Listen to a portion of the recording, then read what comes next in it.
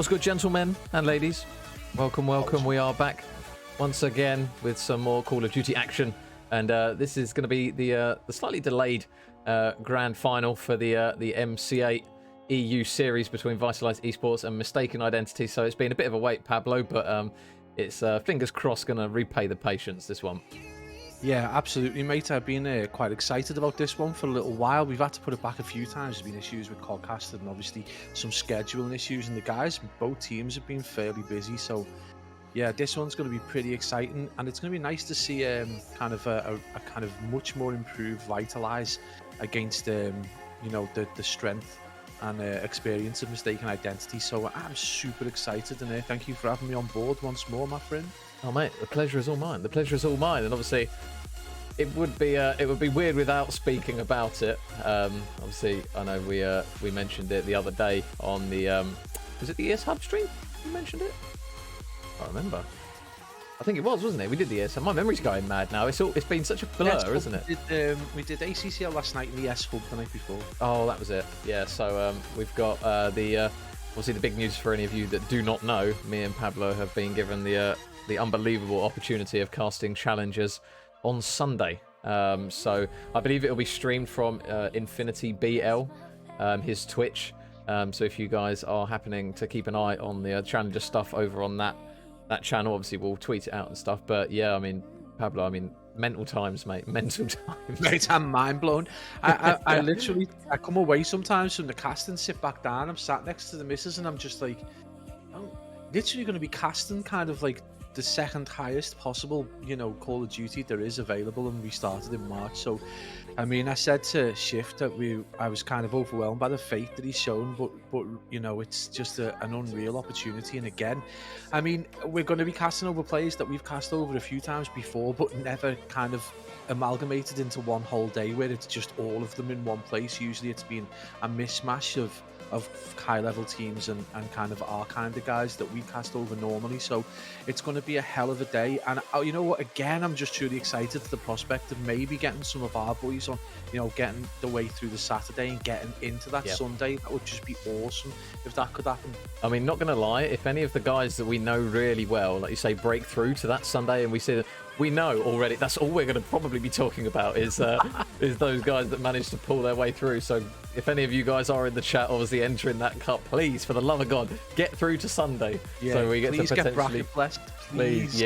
Please, because we would love to be able to cast over you boys, obviously, on that Challenger stream. That would be the greatest opportunity possible, and we'd be sat back like proud fathers with like a smile like a Cheshire cat as we watch the boys do their work on challenges. But yeah, we'll see. I think first and foremost, Pablo, we've got to say a huge thank you to everyone who has supported us the whole way. I know we mentioned it yesterday on your stream, so it feels only fair that we do it over here on mine. So everyone who has supported us since day dot when we started, a huge shout out to you guys. And Collateral Tournaments with the follow. Thank you very much, mate. And yeah, a huge opportunity for us, but we wouldn't be in this position without all the people that have literally given nothing but love to us since we started it, pretty much.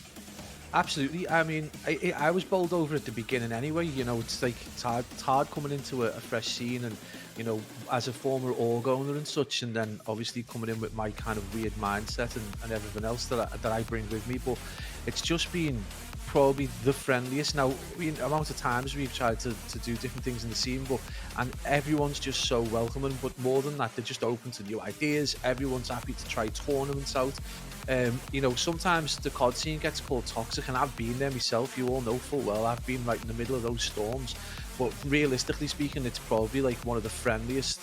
I mean, it's like friendly, but like with an edge. So it's classic, but it's awesome as well. So we wouldn't even have close to the opportunity, and this is why I'm just so hopeful that teams like the teams we're casting tonight can make that little leap over into that top 8, top 16 bracket, and be there Sunday for us to be able to talk about them in the kind of depth that we might be able to talk about the Steve Vortexes and the Eric Boones of the world.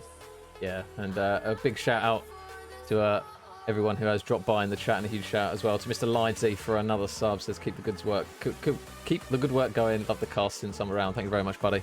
Everyone who even just drops by, just a lurk in the background is more than appreciated for all the games that we cover. And Mr. H2O is lurking as well in the chat. Ham's good to see you, mate. And so yeah, I mean, if we get back onto the game though, Pablo, enough of the wet stuff from us. We'll get back on with the COD action, which is pretty much what everyone is here for. Obviously, Vitalize up against Mystaken Identity. I do have the bracket as well, so this is how it's unfolded for the lads and the boys of which Mystaken Identity pretty much haven't put a foot wrong. They've obviously worked their way all the way through that winners bracket, and they did knock out Vitalize to put them in that winners final, where they then came through. Beat Horizon Ultra, and then have obviously pushed themselves back up into this grand final. So it's going to be a good game, isn't it? This one, 100%. I can't see any way other than a good series with close match regardless, to be honest. Yeah, absolutely. A game 5. I mean, I feel it in my bones. I honestly think this is going to be a game 5. Previous game was a game 5, and that was a less experienced Vitalize, so just kind of getting by on that raw aggression and gun skill. But this is, we've seen them, recently this week, and they play so well, so they've definitely improved. And even though they've brought in Apollo, who appears to be quite flexible in the way he plays and how he's supporting that team, and they weren't, shocking. They were actually really, really good. And obviously Vega is just I mean, we know Zero's a raw talent, but Vega is definitely like the talisman of this team. You know, when they're having a bad game, he's that player that steps up, and he's been dropping absolute numbers even in games when they've been doing particularly bad or they've been up against really difficult opposition. And obviously that the key scoreline in that bracket right there is that kind of winners final. Mistaken Identity Vitalize 3-2. I think this is going to be even closer. So hopefully the boys can step up. But again, obviously, you know, Major, just look at that Mistaken Identity team. It is stacked, really. Yeah, I mean, both sides here are blessed with good quality players. There isn't a particular player that you'd pick out and say, I don't know. They're pretty ramo when it comes to these boys, the Mistaken Identity boys. One of them now lurking, the infamous Mr. Welshman, Mr. JMW.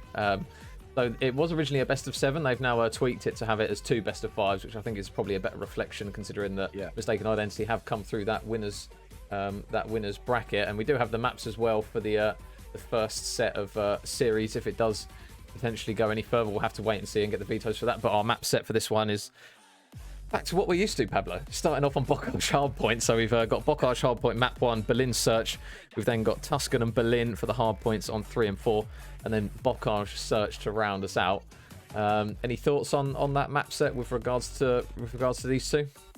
I think it's perfect. I think you know, we've managed to avoid the 2 devil maps, so we've got no Demyansk, no Desert Siege, so you know, glaring horrible maps. We've got the 3 most popular maps in the rotation at the minute, and we've also, it looks like we've got the 2 maps that you really, maybe you could argue a Tuscan S&D might be better placed than the Bocage, but I think as a game 5 of Bocage S&D is just that perfect frantic ending that you need if we do get that far.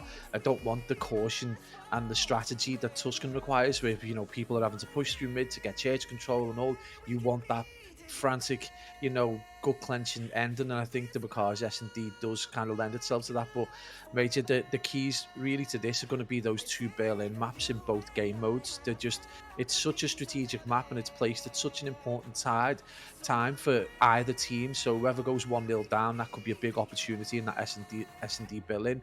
And then obviously if they are able to bring it back, we're guaranteed that hardpoint Berlin. So we're guaranteed that very strategic kind of play that requires good ARs, and both teams have got very capable ARs. So yeah, hopefully it's going to get to that game 5. I've got a feeling it will, but fingers crossed it does, because we want to see the madness that is S&D Bocage. Yeah, and you mentioned the Berlin hardpoints. Obviously, the last time we cast them, the Berlin Search went in favour of Mistaken Identity, and the Berlin hardpoint went in favour of Vitalize. But another one as well, Pablo, that I want to flag up that we've obviously got again is Tuscan Hardpoint, because the last time we cast these two, it was that mental Tuscan Hardpoint. I don't know if you can recall, where it went right down to the wire.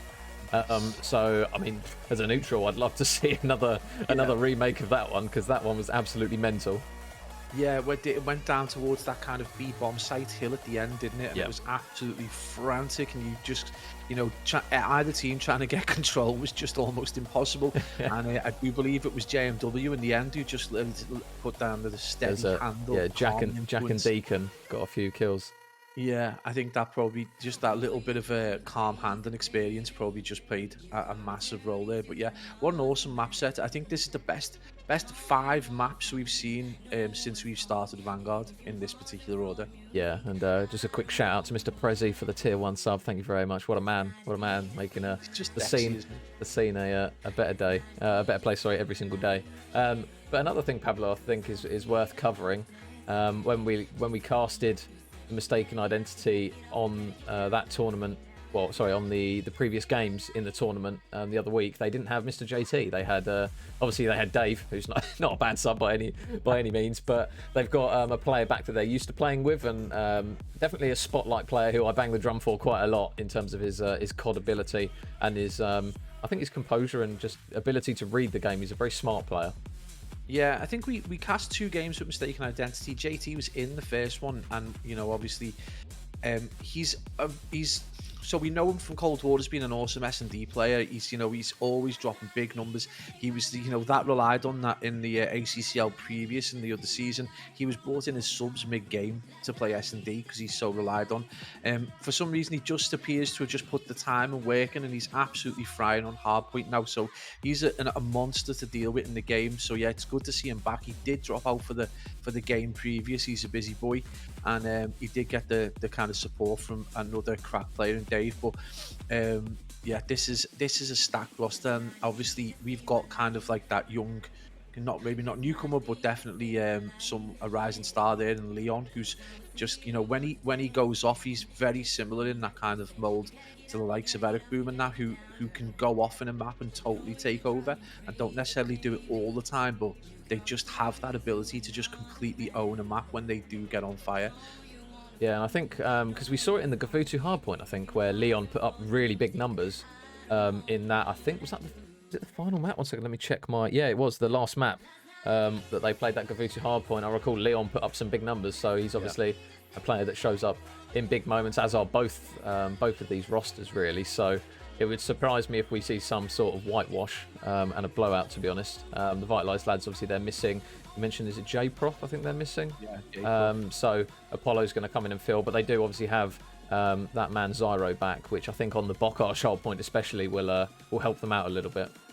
Yeah, I think that's the two key factors for Vitalize is a strong performance from Vega, because he doesn't really let them down, but they just need him from the off. But the other big thing, and we said this before time and time again, is Bokar's hardpoint's great for Vega and Zyro, but it's just not great for Ghost whatsoever.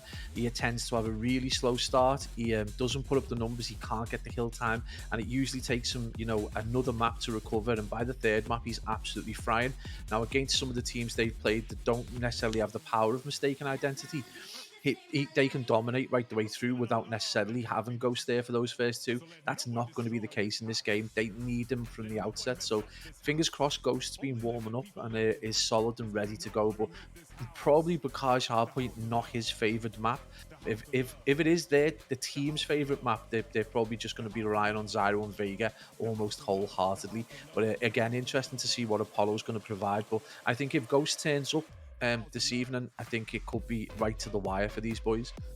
Yeah, so we just had an invite through from Mr. Tizzle himself, so we should be getting ready to go for map number 1 very shortly, guys, for this first of the potential 2 of the grand finals. And Vitalize, they've got a lot of work to do to take even one series off of Mystaken identity. Do you potentially see it go into a second best of 5, Pablo, or do you think the first map could be a kind of an opening statement potentially to see how the series might go?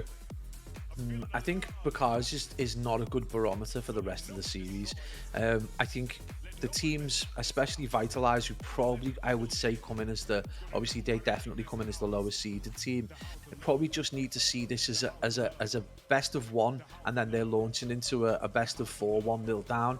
And mentally, in terms of just do not carry the defeated Bokars if you do get beat over, because it's a wild map, not a good barometer, and just start Berlin afresh, completely wipe the slate clean, especially if Ghost doesn't turn up, and especially if they do have any problems in terms of maybe getting a spanking from the boys from Mystaken identity. Just jump straight into S&D with a complete fresh approach, and it's a good map to employ strategy. Again, though, the only problem is, and we've highlighted this before, is Vega is so super aggressive that he can find himself in no man's land, and on such a big map that can be a death knell for a player in the team. So 2 big things are get big in Bokars and get that win, and if you don't, Vega just needs to maybe play a slightly different game than he does normally.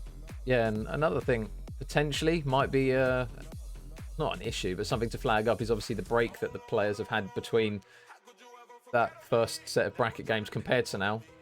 Maybe if you look back on it then, obviously Mystaken identity knocked them down into the losers bracket. So if they were to play on the same day, you could almost have like a bit of a mental shift for those Vitalized players going in, being like, oh, well, we just lost a series, so it's going to be difficult for us now. Whereas they've had that advantage of having pretty much a week's break to allow them to regain and get set for this series. So it's almost like not a clean slate per se, because obviously they've got to win 2 best of 5s, but they've at least had that mental reset where they can go into the series completely fresh and try and bounce back by taking that first best of 5 and Yeah. taking that first step to winning this one. Yeah, absolutely. And the other thing to consider is that they've probably played some reasonably high stakes games in the interim and had plenty of time to practice and scrim.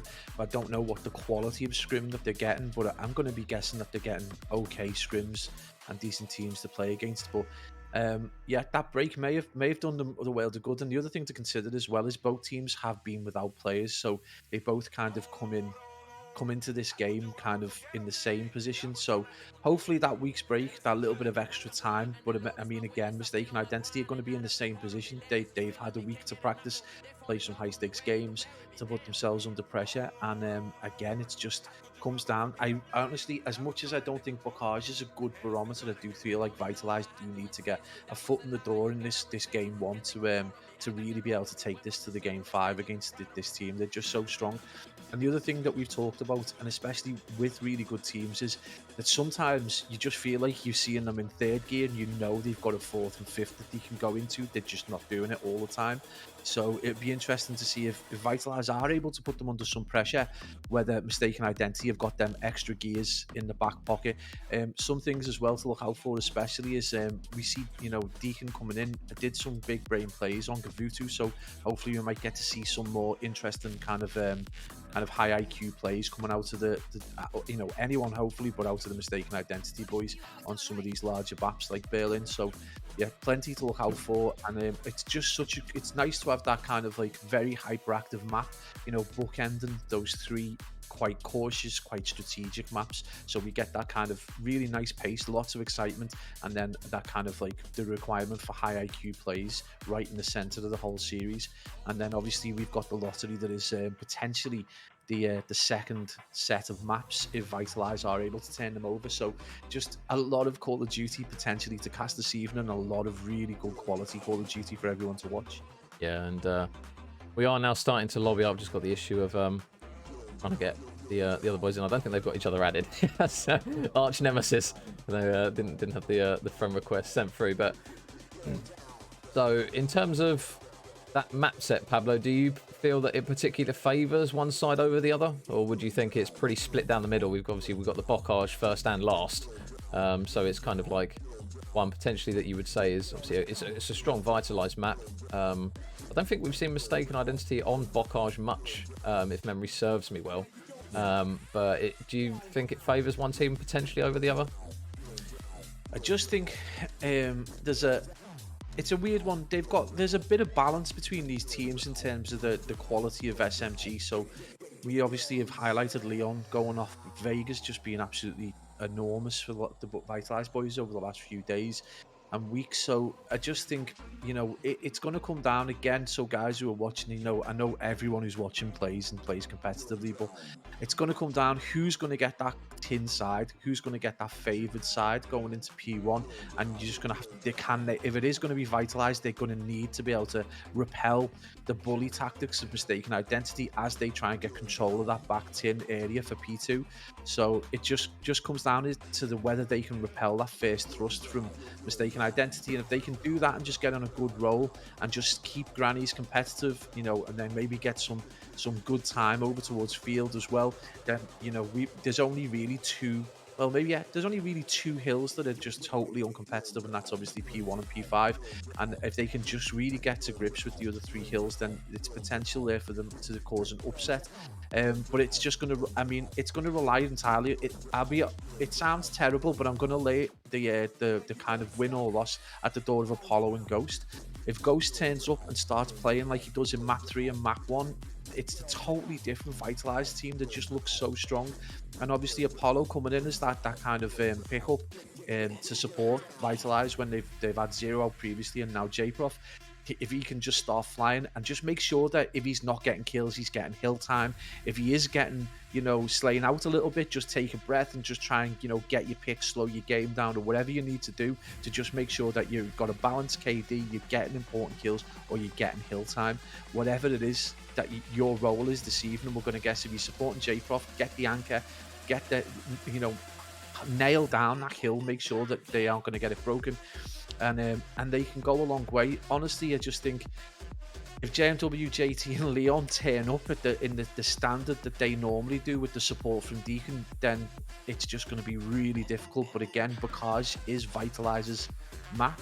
But we're saying that, but that's entirely down to the fact that Mystaken Identity, we haven't cast them on Bocage, I don't think. Yeah, and something that is just coming to light now is Deacon's not actually playing in this one, Pablo. They've got a fill-in as well. They've got a UB, who I don't think. Well, I don't think I've cast over anyway. So we've got a position of, again, so we've got one sub on each side, or replacement. Sorry, not as in SMG, but a substitute player coming through for both. So essentially, might even it out a little bit. I think if anything, it puts more pressure on Ghost. When you think that, then if you take it as a 3v3 with 2 pickups, it's JMW, JT, and Leon versus Vega, Zero, and Ghost, and that the player, and this isn't the weak link because Ghost is entirely capable once he hits the ground, but it's just getting him to get running. Like he just takes 2 games to do it sometimes, and when he gets into the end of that second game and into that third game, he's amazing. But just you need him to go big that first map. We just need him flying that first map, and I think you've got an awesome opportunity there for Vitalize to potentially take that 1-0. But I think we both know in the back of our mind that despite the heroics of Vega and Zero, just JMW, JT are just so experienced and so strong. The communication's so good. They've got a ton of confidence. We've said this before, actually, quite interestingly. Vitalize just need to do the one thing on Bocage that they do really well, which is just mix it up. They are so fast and they stay so for the entire length of that game, and it's a thing of beauty to see. They're one of the few teams that do seem to maintain that momentum from start to finish. If they can just employ that in this first Bocage, I think they can probably surprise Mystaken Identity, and then I think it's going to be really important that they go in 1-0 up into these more strategic maps. Obviously with 3 in a row, that does tend to favour the more experienced, the more strategic team, which is probably Mystaken Identity. Yeah, and like you mentioned, I think Vitalize will probably benefit more from this series if they make it messy, if they make it almost frantic and hectic. Mystaken Identity, you flagged up the likes of Jack and JT being more slower paced controlled players. So if they can somehow make it a messy series and say take that Bocage hardpoint and make it a bit of a dogfight rather than a precision battle for rotations and individual moments, I definitely think that would help Vitalize out, and that Bocage hardpoint I think will be a good meter of where we're at with this series, because I think if Vitalize drop that map 1, I would worry for them going into the next maps. Obviously we've got the Berlins coming up as well, so yeah, I think it's going to be important for Vitalize to come out of the gates flying in this Bocage and kind of set a tempo for the series. I think if there was a Tuscan S&D rather than a Berlin S&D, they could probably maintain the aggression through the first 2 maps. Play with the pace. I think Tuscan, it's such a good, really nice size geographically. It's got a really nice spread in terms of the bomb sites. You do see a lot of teams now pushing towards Church to try and get that Church control as quickly as possible. So I think it does lend itself to players who do like to move about the map quite quickly.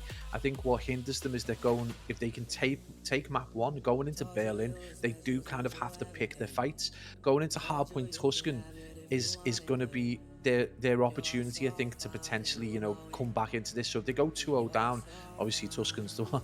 It's just like when you state the obvious, but what I mean is that like Tuscan does lend itself to being good for teams that can mix it up a little bit, that are just enough kind of like small geographic hills in terms of like Church, over towards that B bomb site where they're quite compact. So you do favour the crazier SMGs, which we did see towards the end of that previous Tuscan hard point, but they just need to have, I think they need to have 1 on the board by the time they get to game 3, or that they've got no hope, because once they hit hardpoint Berlin, that is going to be JT's map. Hardpoint Berlin is going to be Leon and JT's map. You have JMW just doing the work that he needs to do to get the time and get the, you probably come out with a balanced KD, but JT and Leon are going to dominate that hardpoint Berlin, and I just think that by that point Vitalize need to be 2 clear or 2-1 up at least at that point, otherwise they're going to struggle massively. Yeah, completely agree, mate. So we're just waiting on one more player on the side of Vitalize, I believe. So apologies for the the delays, guys. Hopefully you've managed to grab some food, grab some drink, because this could be a long one if it does go to that second best of 5. And we talk about kind of the composure that the Mistaken Identity lads we know have. If that series does go to a second game 5, I wouldn't expect it would fluster them per se, in terms of obviously that they drop the series and potentially morale might be a little bit down, but you'd be very surprised if they drop that first series and then all of a sudden their head drops and the third one and the second series then gets completely out of hand. It wouldn't surprise me at all if we see almost like an instant regain button if it was to go to that second best of 5. Obviously we don't know as of yet, but you'd be very surprised if that was the case. They're not going to lose their heads at all. They've been playing the game too long. They've been playing at a reasonable level for too long to let a loss in the first half of 2 best of 5s. They'll just regain completely. They'll probably just step through another gear. But the other thing again is it depends what maps turn up in and what happens during the veto process. It wouldn't surprise me if we get almost a repeat of the same maps that we've got now, maybe with one change probably. It depends again, obviously, it depends how much. One thing I would say is if they do lose the first best of 5, if they lose it in kind of dramatic fashion, I wonder whether it'll change their attitude towards their vetoes going into it. You probably will not see that hardpoint placage first. They'll probably outright just ban that straight away, depending on who gets first choice. So that's the only maybe outlying factor. I think they're going to be composed, they're going to have their head together, but I just think it might, if they lose, depend on how they lose. If they were to lose that first game best of 5, that would probably just then determine what maps they decide to go with in the vetoes. So that might be the only thing that I would suggest. But either way, I think Vitalize are probably just going to try and blitz their way through this. I don't think they've got another way to play. I don't think Vega can play another way. I think he just wind him up and let him go. Yeah. Pretty much. So as long as Ghost gets off the ground running, I think it's going to be good for Vitalize. But I'll be honest with you right now, I can't massively see Mistaken Identity slipping up. I think there's just enough strategy in them middle 3 maps for them to be able to take this. But again, it was so close last time that we could well be wrong. Yeah, and just quickly coming away from the series, I don't know if you've seen the clips on Twitter, Pablo. Unfortunately, it looks as though we might have another issue for the players. So with the destructible environments, I don't know if you've seen the issue on the doors and that kind of stuff. I'm sure the people in the chat will also vouch for this one, but it looks like every single time we get going, there's something else potentially that's going to prove to be an issue. And this is a bizarre one with doors that you can't open but you can still see on the map. Yeah, so I think that they did say in the roadmap earlier when they first released Vanguard that they were definitely going to have it so that the CDL game modes would lose the destructible environments, and then there wouldn't be the problems that you would have with doors. So they're like, yay, we've helped the community, and then it's like, no, you've just made it worse by trying to help. And everyone's feeling it, so players, don't stress, because we have got the worst codcaster that's ever existed. It's so bad that every now and then we have to go into free fly mode in order just to see who's on the map, because the game's insane. But yeah, this is definitely going to cause some problems. And again, they released the 3rd game mode, they released Control, it turns out it's unplayable. The spawns are completely wrong. The maps are probably, even when the spawns work, the maps are probably kind of like the incorrect width for Control anyway. And then they try and fix the bloom issue, which is great. Yay, bloom issue gone. And then they try and fix destructible environments and then just make these kind of invisible doorways or totally visible doorways you can just wander through without opening the doors, which is going to be awesome. If you're behind them, you're going to get a nice surprise. So yeah, it's been a rocky start to this Vanguard, but hopefully, I mean, come the middle of February, which is a long way away, we probably will have forgotten about all these problems, or at least we'll have put them to the back of our mind, and hopefully it'll have been fixed. You consider that they put a 5 gig patch out today and still didn't fix anything in Codcaster. If I speak, I am in trouble. It's mad. Yeah, it's hopefully it is something they can fix. Someone made it, but not us. Yeah, hopefully it's something they can fix. Obviously, for Sunday, I don't envy the lads that will be doing all the observing and stuff. Obviously, we experienced it on the previous Challengers Cup going into this one. But we do appreciate your patience, guys. Apologies, one of the lads, I think Mr. J Prof, or sorry, Ghost, was in the process of actually having to do the update, so he should be coming through shortly. Hopefully he doesn't have to do shaders as well, otherwise it might be even more of us waffling. We have to start talking about our hobbies and interests. Literally, be like, so what did you have for dinner? Yeah, don't say what I had for dinner. I'm still waiting for mine. I'm starving. I'm absolutely starving. But yeah, guys, if you are just jumping on board with us, this is going to be the first best of 5 for the MCA EU series here between Vitalize Esports and Mystaken Identity. So our maps, if you do or do not know, are going to be Bocage Hardpoint, Berlin Search. We've then got that double hardpoint, as Pablo mentioned. We don't have control as of yet. So we've got Tuscan Hardpoint, Berlin Hardpoint, and then ending on a Bocage Search. So it's starting off with pace and potentially ending with pace if it does go through to that game 5. But if I'm going to ask you the all-important question, Pablo, of planting your flag somewhere, are you going for a particular team this side, or are you going down the middle again? I'm going to hope the Vitalize are able to do it. I really am going to hope that they're able to take this first best of 5, and just so that we can get into that kind of like second. We don't often get to do it, the 2 best of 5s, so it would be really nice if they were able to do it. I personally can't see it, just purely because of those 3 quite strategic maps. I think it's going to be really difficult for them. It's essentially a 3v3 based on the fact that both teams have got 2 pickups. So it's Vega, Zero, and Ghost essentially against JMW, JT, and Leon. And what the pressure that puts on your pickup there is that it's going to come down to who the best pickup, how they perform, and then how they support the 3 other players to help them perform. I think the other factor, again, we've said it before, if Ghost can hit the ground running, it becomes a different game entirely, because you've got such a more balanced side. Again, if he's a bit slow off the mark and they aren't able to take that Bocage, that's their preferred map right there out the window, and then we rock into a very slow-paced Berlin S&D, which just lends itself to the experienced side, and that's going to be JMW and JT.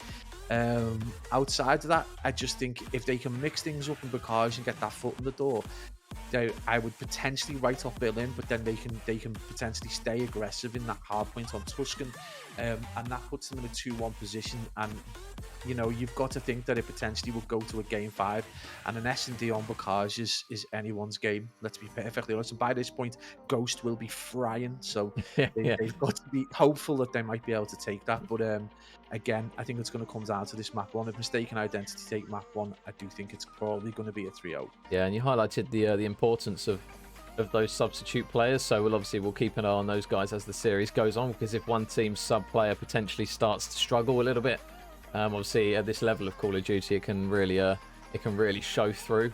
But we do now have everyone in the lobby, guys, so we should be getting map number 1 underway. So we've mentioned the sub players as well. Pablo Apollo, we saw him the other day. He didn't perform too badly, to be fair. So he seems to be a player that, in terms of subs goes, you can't really complain. He tends to... I assume on this occasion he'll probably be taking that AR role, considering he's replacing an AR now. But we did see him run that SMG before, didn't we? So yeah. And the other thing to consider is, if he does take that IR role right now, is Ghost going to be rocking the MP40? In which case, this could be a Ghost on the MP40 is a different Ghost at the start. So, you know, big battle right now between Apollo and Ubi to see who can support their team the best. But this is going to be massive right now, and the player you want to be looking out for in this game is Vega right now. He's the player that's been absolutely wild throughout the last week in terms of supporting the side with big kills and putting up big numbers. And right now you can see how wild he is. He does manage to get a bit windy with his shots twice in a row, and he's going to get taken down, which is unfortunate start for him. But Major, this is the crazy P1 where it's just consistent contest, and this comes down to who can get that tin rotation. Yeah, and something also crazy, Pablo, is we have 8 players in Concaster where we can see all of their stats as well. So it's an absolute blessing for us. And Mr. Ghost, you flagged him up potentially as one who needs to kind of come out of the floodgates, as he's already on a 5 streak, so they will have the glide bomb ready to use, and big battles round the back are going to ensue as Leon is going to manage to win a big gunfight. So a bit of a scrappy P1 as per usual, but it looks as though those red arrows of Mystaken Identity are pretty much ready and set to go for P2 and try and soak up a substantial amount of time early on. Yeah, we did say that, you know, the more experienced side will kind of transition to that and almost chalk P1 immediately. Mistaken Identity able to get quite a lot of time over towards, you know, on P1, sorry, and make themselves comfortable over towards P2, but all some bully boy tactics from the Vitalize guys as they drop almost all of the Mistaken Identity team just to be able to get that really important. Now, we talked about this being a money hill Ooh. before, and we can see it right now. It does look like Vitalizer fired up for this game. This is going to be huge, and Ghost is flying. We said that he was the player that needed to get off the blocks, and it would make a massive difference to this team. And Ghost is absolutely frying right now, 10-1, about to potentially get a second vibe bomb. And you know, if he's got those two in his back pocket, Major, mate, that could be an entirely different ending to this Bakars game, and they might get that all important lead that we talked about earlier on. Yeah, and oh, Mr. Yakov as well, a close friend of the boys of Mr. He just put JMW his heart. Cheers, Jake. Thank you very much, buddy. So we go in towards the next hill with Vitalize with a decent amount of time on the board after that P2. So Mistaken Identity, although they started off well on that hill and they rotated early, they managed to push through, and Ghost is just frying at the moment. 13-2. He's not slowing down any time as he manages to take down another player. Jack just in the back at the moment, just shouldering as he is going to try and wait for his teammates to try and help him out, and he does manage to get a big win there alongside Mr. JT. So Mistaken Identity with a good opportunity to get a solid amount of time here as a couple of players fly around the corner. All those lads of Vitalize are trying to get their way in towards the hill. Vega is going to work his way round the back, and he is going to manage to take down one with a nade and a second with some clean shots as well. So some early time going in favour of Mistaken Identity, but Vitalize again, Pablo, another seemingly clean break. Yeah, they're playing exactly to their strengths. This is what we thought they would do. This is exactly how they should play this map against any team. It's frantic, it's wild. They're putting up huge numbers. And one thing that does concern me is they are absolutely slaying out, but we've still got Zero to pick up, and this is a guy we know can drop 40 bombs against anyone. We've still got Apollo kind of struggle bus material. So I think if Zero can start flying, you'll start to see this big slaying power start to transition into actual time, because right now they haven't got a huge gap. It's only 40 or 50 seconds, and you just know that Mistaken Identity, you know, as soon as they get their teeth into this game, they're going to bring it back. But if we see Zero just start to pick up a little bit right now, obviously Ghost doing a lot of the work, but again, this is a huge, every hill for Vitalize Esports right now is just been absolutely awesome. They've played it to perfection. But again, they just need to maintain that consistency, and that's what they needed to see. If you're a Mistaken Identity fan, is Ubi just starting to pick up, because he was doing dreadful at the start. Yeah, and he is managing to string a couple of kills together, and I think there is another streak now available on the side of Vitalize. I think it might have been Apollo that went on a little bit of a tear. He had a really slow start as Leon gets taken down. I think he's managed to accumulate a glide bomb, so we might start to see some streaks flying out from both teams going over towards this new hill. It's one of the more open ones, so it wouldn't surprise me if we do potentially see a glide bomb invested from either team. But Leon, watching down low, manages to take down one. So again, it's going to be Mistaken Identity on that rotation. Zyro looking to try and wiggle his way in, and he's managed to get a bit of timing there. It's a map, Pablo, that we've spoken about before in terms of those players being able to put themselves in fortunate positions just from some timing, from pushing through those lanes. And it looks as though Vega will manage to get on that hill time, but they've managed to get UB off the hill for the time being. They're back on it now, but Mistaken Identity, a decent hold for the early stages of this hill, which isn't necessarily an easy thing to do, is it? Yeah, and I just think the use of the glide bomb was just poorly timed. His teammates weren't kind of close to it. It's also not really a hill that you can kind of like keep control of because of the way the team spawned. So again, probably not the best use of the glide bomb. Probably better save over towards P2, where you can get control of back tin, or maybe even grannies, where you can kind of like stop them from spawning over towards that back alley area. So probably a little bit of inexperience there, but Ghost going off 20-10. But again, it's just back to this P1. They're still in the lead, so they just need to maintain that pace. It does look like they've slowed down a little bit as we see the trades go back and forth, and the kill feed isn't as blue, and you can just feel Mistaken Identity just slowly but surely creeping back into this a little bit slower paced. They're doing exactly what they did in the previous game against Vitalize when they realized they were being overrun. They just took the foot off the gas, Major, and it's already starting to pay dividends as they're only 10 seconds. Yeah, Leon's been a big factor in that, because he's now 19-11. He had a bit of a slow start, so he was a player that we flagged up before who, especially on that Bocage, sorry, not on the Bocage, on the Gavutu hardpoint, he had a really good kill to death ratio in that one, so he was putting up the numbers. He didn't get a huge amount of hill time, but it's pretty much a similar story here. Only 5 seconds in the hill, but it definitely seems to benefit them when he's just roaming around, playing for kills, just watching the lanes, as Mr. JT is having a bit of a slow start by his standards, but as soon as we switch to him, he manages to grab a couple of kills. So Mystaken Identity only trailing by 12 points as we go in towards the next hill, and EU Ghost, he has slowed down just a little bit, but he's still running at 25 and 12, so it's not really too much of an issue for him for the time being. But again, it's going to be Mystaken Identity on that rotation. JMW potentially just overchalling a little bit there as those green... Sorry, those green? I can't go in colourblind now. Those blue arrows do manage to work their way in towards the front side of the hill, and those red arrows now from Mystaken Identity are going to have to try and work their way back into the hill. So although they were in a decent position early on, Mystaken Identity, Vitalize, it looks as though it might potentially be another strong P2 hold from them. Yeah, absolutely. And what a weird P1 to P2. Everyone waited so long to make any transition. There was still 6 seconds on the hill, and they were still scrabbling over P1. That gave Mystaken Identity the opportunity to spawn out to Tim and get some early control and get a really important 25 seconds, which is going to keep them within touching distance. And then eventually Vitalize do get the hill, but they just this war of attrition's broken out in Barn, and they just really weren't able to kind of capitalize on that hold. And this is again going to come down to one of these crazy kind of in-house battles over towards Granny's, where we're just going to see the trades go back and forth. Whoever team gets the spawns over towards Alleyway is probably going to be able to take the lion's share of the time. But again, we are going to see this just become a war of attrition in lower Granny. So you would expect someone now, it's probably a good time for Zyro to step up maybe.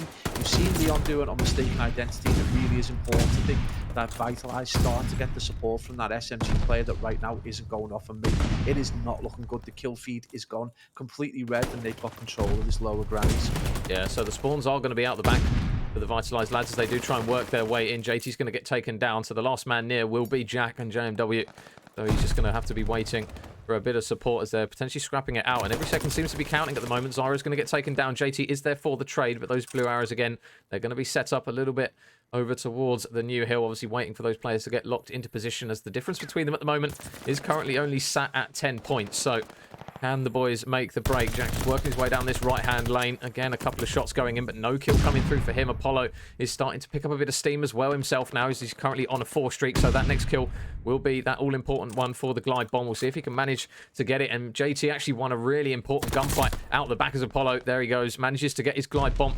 So he has one of the streaks, probably the more useful of the two, you would argue, as he manages to work his way around, and he does get taken down eventually. But JT flying around the corner, he does manage to take down one before he falls, and it looks as though Mystaken Identity, this has been a pretty good hold from them for the time being, unless Vega can work his way through, because again, there's not much separating these two in the point difference, and this one looks as though it might go right down to the wire.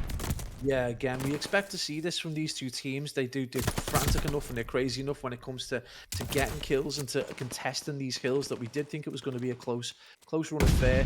I think if Zero could have played a little, Zyro, however you want to pronounce it, could have played a little bit better. He's 15 and 25. He has got himself a minute and 12 on the hill, but he has literally come off the back of a 3 streak there that I thought he was going to be able to extend, but unfortunately for him, he did get taken down, and that would have gave Vitalize just that bit more time over towards that Barn hill. If they could get some time on this and just put a bit of distance between themselves, they've got every opportunity to contest that P1. If they can get Tin, then this could be game over, and it could be 1-0 to Vitalize. But we know full well that a team like Mystaken Identity have just got too much experience, too much IQ to let that happen. So again, expect to see like a huge fight go down, and we can already see JT trying to get over towards that tower, and he's caused absolute murder there. Does manage to just put enough distance between his team and Vitalize for them to be able to challenge quite effectively for that very awkward dockside hill.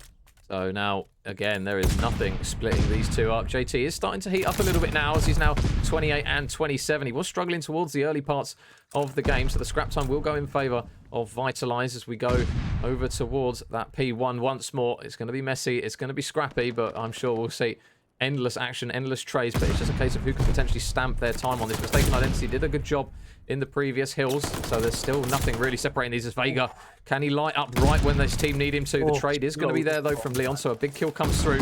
Nobody currently on the hill though as of yet. It will be Apollo to get on it, and the nades Oh, maybe not. I was going to say Leon potentially going to throw it in, but JT has just cut through 3 players, one after the other, as he's now 33 and 29, and it's just scrappy. It's just messy at the moment as both teams enter that really late stage of the game now. It's really going to be up to someone to try and get a foothold, potentially over the next rotation, as there's only 20 seconds left. Apollo takes down one. He takes down the second one as well on UB. The sub on the side of Vitalize will fall. Leon, though, with a big trade, as he's now starting to get streaked off, as he's now on 5, and it's going down to the rotation, but it's going to be Vitalize out the back, and on this occasion, Pablo, it's going to be down to the boys of Mystaken Identity to try and make the break. Absolute work by Ghost getting that spawn over towards Tin. He has gone to the kill, and his team are going to spawn out towards back Tin. Huge opportunity right now for Vitalize to put a big stamp in this game right now. They have got 3 players to back, but look, number 7, JMW, big brains. He has gone right the way round, and he is going to wait till the last possible second to cause as many problems for Vitalize. He's making his move right now, and he's going to push through Tin. And just watch this as we see the boys from Mystaken Identity get a complete wipe with 37 seconds left. They're going to try and keep these Vitalized boys out, and they've got 9 seconds left on the kill. What an awesome play by JMW, and we did say experience may play to the fore, but right now it is number 2, Ghost, who's played an awesome game, 43 and 25, trying to touch the kill. He has managed to get on it. They can win it from this, so we are going to see this huge war of attrition as the kill feed goes entirely blue, but Leon's going to drop out that glide bomb. He's not going to hit anyone. Vega with a big kill on JT right now, and this could be 1-0 to Vitalize as they all get dropped. And who is it but Ghost back on the kill? It is going to be down to JMW, number 7. Oh my days, Vitalize Esports with a much needed win, 250 to 247 to take that series up 1-0 major. Wild game once again. Yeah, man, that one went right down to the end, to the wire on that one towards the end. Those players on Mystaken Identity just couldn't seem to touch the hill as we got over towards the later stages, and fair play to the boys of Vitalize. And look at Ghost, 44 and 26 from him, an absolutely massive map from him. And Vitalize do what they needed to, Pablo. They've won the Bocage, and they go 1-0 up in the potentially the first of the 2 best of 5s. Yeah, and we said from the start, you know, if Ghost goes big, then it's more of an equal game. I think he's done the one thing that he hasn't been doing of late, which is just starting the way he plays when he plays, and he's kind of into map 3. He gets 44 kills. We didn't see the stats. I'm not sure how many non-traded kills he was able to get, but he played so well in that game. But not just his kills, you know, as that P1 right at the end of the rotate, that kind of the beginning of that 3rd rotation, he's the player making his way down the side of the field to try and get those spawns towards Tin.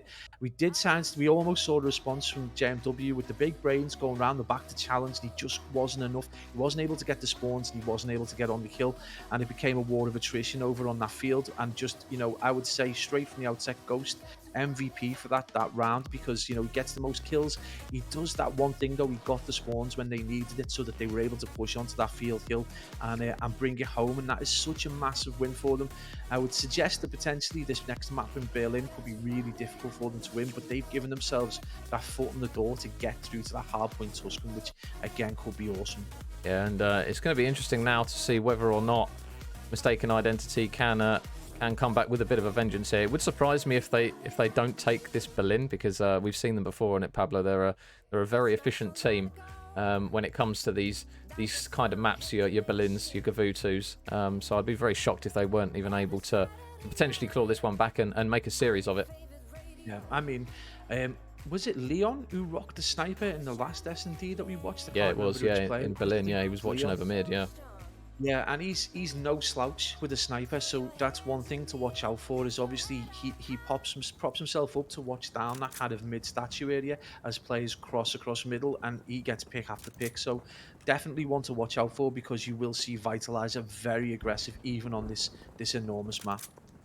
Yeah, so Vitalize now 1-0 up in the best of 5. And Pablo, my God, we've had it 2 maps in a row. We can see everyone again. Happy days. The grand final blessing is coming through.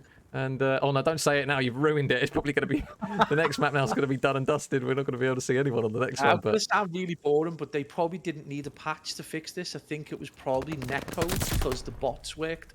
Bots didn't fail, so I think the problem was at the server end, so they probably didn't need to patch the game, they needed to patch the servers. So super boring moment there, guys. Pablo fact of the day. So the bomb will go down from Mystaken Identity, so it's going to be down to Vitalize to try and work their way in. It is a 2v3, Ghost and Vega, the last 2 up over towards this side. It looks as though they're just going to try and play around the pick potentially here from Ghost. So we'll see if he can manage to work something here. You have got Vega just trying to potentially sneak his way down the right-hand side of the map, but there's not going to be a pick coming through from Ghost, as Vega is now going to be the last man up, and God bless those glitchy windows as he has a couple attempts at trying to melee out those wooden panels. Vega now, or Leon knows where he is, and I think surely somebody on the side of Mystaken Identity is just going to try and flood through to get aggressive. Oh, he has actually managed to break a few ankles there as those players have to make U-turns, and he manages to take down one. So JMW is going to be there, but unfortunately that bomb timer will go off, but he might be able to grab a second. No, Leon has none of it, but started to get a little bit worrying there as he managed to slip through a few players. I know we're going to see another 1v3. That's going to be wild, but that would be classic Vega. We said he's hyper aggressive, and you've just seen that's classic Vega play right there. Probably sensitivity on about 15. He's rocking around the map at Mach 1. Unfortunately, probably not the best map to do this on, and it is Mystaken Identity with a reasonably predictable win there. So a win coming through there in the opening round for Mystaken Identity, and Leon the man getting that final kill. We'll have a look to see if he is rocking the sniper on the defensive side. He is B. He is B. He is going to be. God, I've got the verbal diarrhea in force this evening. It's the excitement that we've got 8 players on the map. I think it's just getting the better of me. But JT now in the hill. He's going to line up Apollo and tear some MP40 shots right through his face. So first blood is going to go in favour of Mystaken Identity. There's still going to be Zyro down this left-hand lane. He's not going to manage to tag up anyone with that glide bomb. Pablo, I'm having a mare. Oh, the nade, sorry, is going to take down Zyro. So it is now a 4v2, and already what seemed to be a clean round has got even cleaner as Mystaken Identity with a very convincing second round to go 2-0 up.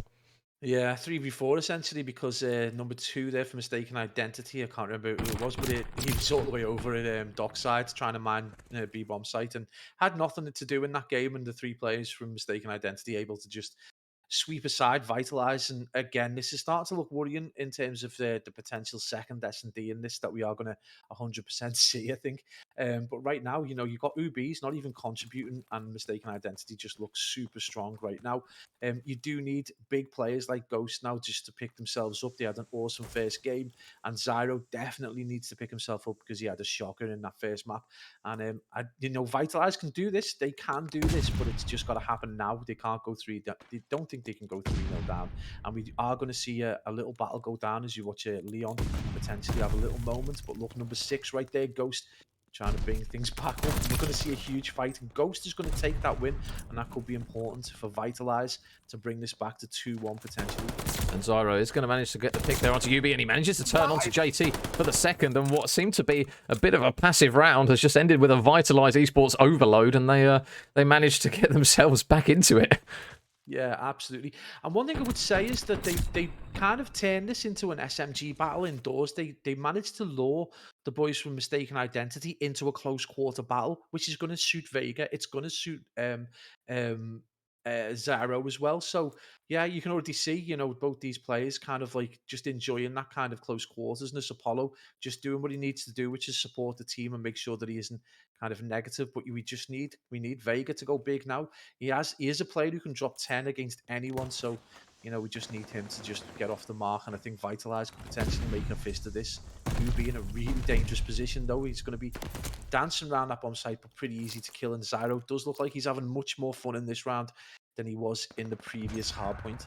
Yeah, and the first blood is going to go in favour this time of Vitalize. Leon looking for the pick, but to no avail on that occasion. So now it's going to be left on JMW to try and work out a 1v4 here. And I think they have got potentially Ghost all the way at the back. Yeah, and they've got his teammate alongside him, Apollo, just watching the flank. So JMW got a pretty difficult situation here. 20 seconds on the clock. Zyro might enter in towards his line of sight any second now. And I think he might have just spotted him. But with 16 seconds left, it's looking like a pretty bleak round here for the boys of Mystaken Identity. Vitalize pretty much on the peak of turning it back to a 2-all map. And a decent round there from Vitalize, to be honest, because they didn't really give anything for Mystaken Identity to work from. Obviously, UB got in that bomb site. He got taken down very early on. And Jack does get spotted right at the end, but he won't get dropped. And Vitalize tie it back up 2-2. Yeah, we said that they just need to play a little bit cautious, and we did say rather kind of like derogatory that they don't appear to have a second strategy when it comes to slowing down or playing differently. And I'm just glad to eat my words because it does look like they've slowed down a little bit. It's kind of like clear that Vega isn't as kind of off the mark as he normally is. He's even in S&D when they're getting kind of beat quite heavily, he can still be dropping big numbers. And I think he's realised that maybe he just needs to get picks, and putting 10 on the board and losing is not nearly as good as putting 3 on the board and winning. So hopefully a different change in attitude from the boys from Vitalize towards S&D. But right now this has been a super tense affair in these teams. You can't deny now that they're pretty evenly matched. When all 4 players are playing at their best, they just appear to be reasonably evenly matched. So hats off to Vitalize for stepping up and really staying consistent over the last 2 weeks and just upping their game consistently. But we are going to see Ubi with the plant. It does look like they've decided if you're not going to shoot back, that you might as well get the bomb and do some work. So Ubi is going to get that bomb down at that much more awkward bomb site. Yeah, now Apollo is going to be the last man standing, left alone in the 1v2. He has got to go through JT and UB. 30 seconds left to work with here. And I think JT might spot him on the cross. Oh, no, he's actually managed to slip through Apollo, so he might get a free pick potentially onto UB if he turns around at the right time. And unfortunately, UB doesn't, so it now will be a 1 versus 1. JT, though, just playing it smart, just watching the cross into the bomb site. So it's going to be down to Apollo to try and find him. I don't think he's going to be able to in the end, as he looks as though it's inevitable. He's going to get some bullets in the back, and no, he's not even going to try and go for the bomb in the end. JT is going to spot him, and it's a battle of the 74 U beams, and actually Apollo is going to be the man to come out on top, but the bomb will go off, and Mystaken Identity will take a much needed regame round. Yeah, absolutely. And again, it just shows, they are willing to put the dirty work in to win a game. It's not all about big numbers. It's not all about flashy kills. They are willing to just settle and look for picks. I did think Apollo, I honestly thought he was a bit wild, running around the kind of the front of that bomb site, but he got an important pick and eventually drops all players, but it's not enough because the high IQ of the boys from Mystaken Identity appears to have put them just 1 ahead. But this is still a tense round, man. There's still so much to fight for. And again, if Vitalize can just slow things down a little bit and get picks. And as I say, that Ubi just goes and straight gets dropped, but Leon straight away with the trade. Losing Vega this early as well, Major, is in this round is definitely going to be a hard thing for Vitalize to try and come back from. Yeah, and JT is going all the way around the back, but none of his shots collide with Ghost there, who manages to sniff him out, and he gets the kill. So it's now going to be a 2 versus 3 in favour of Vitalize. We'll see now what the boys of Mystaken Identity can manage to do, because this B bomb site, when that bomb goes down, it is so difficult to break. Zyro just holding the angle. Is Jack going to check the corner? He's going to get shots in, but Zyro manages to melt him there with the 74U. So now it's all going to be on Leon. Needs the 1 versus 3. He is in the right position to potentially do it, though. He has got a player in Ghost just laying down prone. So there's a free pick. Manages to take down 1. But those blue arrows have adjusted, and with 15 seconds left, it looks as though they're probably going to see this round out. And unfortunately for the boys of Mystaken Identity, we're going to go back to another tied map. Man, a carbon copy of the previous round, although awesome play by Leon Time is going to potentially filter out, but a carbon copy from the boys from Mystaken Identity in role reversal with Vitalize, as Vitalize are able to see the round out with Time. And again, we said one of the things that we thought they didn't have was this second way of playing. And honestly, Major, Zyro disappearing for a few days, I feel like he's been on S&D training, and somehow he's lost a bit of his hardpoint skill and that raw aggression, but he's playing so much better than S&D. He's playing a little bit more cautiously. He's getting picks. He's trading. More importantly, he is able to trade out to UB, drop Vega. And the question really is, if you could get Vega maybe just to slow down a little bit and get picks as well, this could be a really big moment for the Vitalize boys to potentially go 2-0 up. But right now, this is a super tense affair. And again, look at that number 1, though, JT with the root all the way behind. So it does get dropped. There's going to be Apollo just checking that flank. And good control right there of that bomb site. So again, Vitalize just playing really cautiously. Vega and Apollo just combining to drop JT and JMW. But again, Leon is so difficult to kill. And Ubi with a massive kill there to bring this to a 2v2. So now, UB, at least he does have the bomb, and that A site is relatively clear, but he's going to have a bit of work to do, and it looks as though Leon is going to try and rendezvous with him over at that A point. You can see number 6, Ghost, is just going to wrap back through their spawn to try and help him out, and I assume that's going to be a smoke, yeah, not a stun, so it will be Ghost that manages to get eyes on, but Zyro's going to try and make the play, and he's going to manage to take down 1, so now it is a 1 versus 2 for Leon. He knows where Zyro is, and he is going to get some shots in. Zyro just trying to play his life. Leon is getting shots in, but his teammate comes through in the nick of time, and Vitalize take another round. Yeah, absolutely. I think that was more like a game of chess. I think the boys from Vitalize pretty much had Leon in a checkmate position. It was only a matter of time before they were able to pick him, and that's why Zero was playing his life so effectively and not going for the big ego chow, because I think he realized his teammate had that line of sight, across that top balcony area. So big play by Vitalize to put themselves in the lead, and Major there in the driving seat once more, and more ominously, we're starting to see Zero come to life. Ghost is kind of 3 and 4, very close, but more importantly, Vega has managed to get himself a few more kills. And if you are Mistaken Identity fans, this could be a worrying time as they go into this round 8. It looks as though the boys have Vitalize. They're just waiting for some form of info. I don't know if they're playing round a pick. Apollo, he did manage to get that glide bomb, but JMW, you can see the info that he manages to get, and those red arrows are going to start transitioning over towards the site.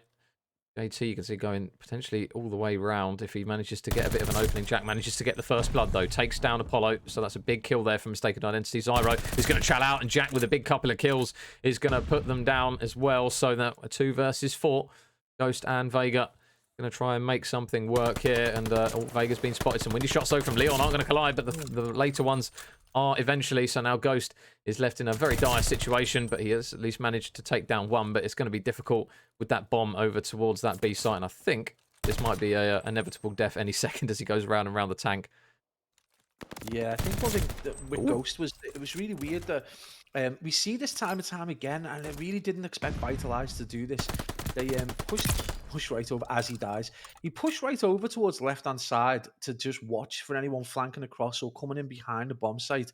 And then when it was clear that wasn't going to happen and players were starting to drop, his transition back towards to support his players was so slow. That's how he's ended up in this 1v3 situation, and the inevitable death that comes with that. But again, just a really odd maneuver. I don't know whether the better strategy would be to stack your area that you're going to be planting in and maybe just hope for the best that there isn't a ton of flanks, or at least just play, a little bit quicker, or just play less committed to the full width of the map, which kind of just has allowed Mistaken Identity to stroll back into this game and bring it back to 4-all. Yeah, and the smokes are out over towards that B site, so you can see those red arrows committing over towards there. But Vega and Ghost, they managed to get 2 kills right off the rip. Leon's going to fall as well, so this is turning out to be a very, very quick round here for the boys of Vitalize, and it now leaves JMW left off as the last man, but he manages to take down one, and I think he might have spotted Zyro for the second potentially. So he now makes it a 1 versus 2. Jack doing his best to try and keep his boys' hopes up in this round, and Vitalize just playing it passively. You can see number 5 Apollo going around the back, but they're not playing together here, so there's an opportunity for JMW to try and get another pick here if he's quick enough. They are, though, collapsing in on him. Surely it's only a matter of time before he gets taken down. Yeah, and Zyro sniffs him out and manages to get the kill. Really clever play by the 2 players. Did look like they were just going to hold off on that again, that kind of like almost checkmate style cross, where if he does push out, he's going to get absolutely slain down by one or the other. But what a great pinch there, just slowly but surely circling in, staying out of his line of sight, and eventually get that to the match point, which is what we didn't expect to see. We really did think the boys from Mistaken Identity were going to be able to take this S&D map, but we are 1 round away from this being 2-0. So this is going to come down to the battle of the pickups, and right now Apollo is definitely in the lead as Ubi is massively on the struggle bus. Yeah, and this round now is going to be do or die here for Mistaken Identity. They can't drop any more. Leon just hunting for a potential kill. The door. Oh, he flies around the corner, and that's a big first blood there for Leon. So he manages to take Vega down. Zyro is going to transition over towards the bomb and start planting it. I believe they were just using it behind the potential streak that got called in. So Leon, with that all-important first blood, we'll see if they can capitalize on it, though. You can see over towards the other side. Oh, we've got scan. I think we've just got scan. Oh. That is so frustrating. Right at the end of the round, would you Adam and Eve it? Cheers, COD. Well, again, though, I mean, what you got to consider, I mean, while the map's still up, you can see again they've committed Ghost over to the very far edge, and he hasn't transitioned in time. So I would be surprised again if they don't count how many players are on Vitalize, and then eventually look for the player flanking, because that plan didn't work previously for them. It allowed the boys to be able to get back into it, the boys Mistaken Identity to be able to get back into the round and bring it back to 4-all.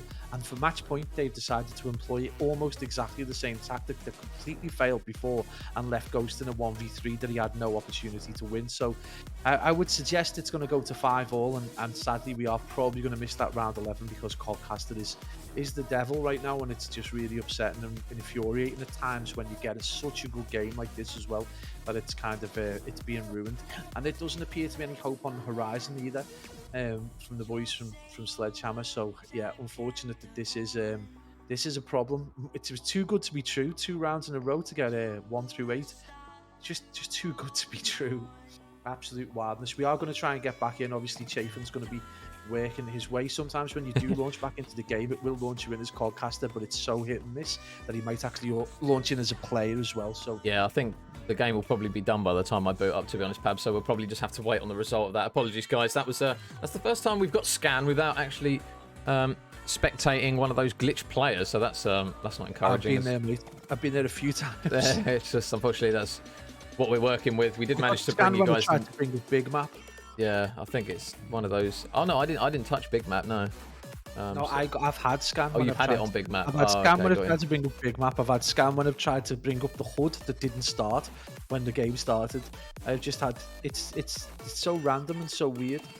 Yeah, so as soon as we get that result, guys, we will be throwing it obviously over to you guys, so you guys will know how map number 2 has ended. But it was 5-4, wasn't it, to Vitalize, I think, just before that round. So I would suggest it would probably go 5-all unless the Ghost was able to perform some kind of miracle over towards middle Berlin. But it probably would have gone to 5-all. They just looked like they had the dominance in terms of strategy on the map.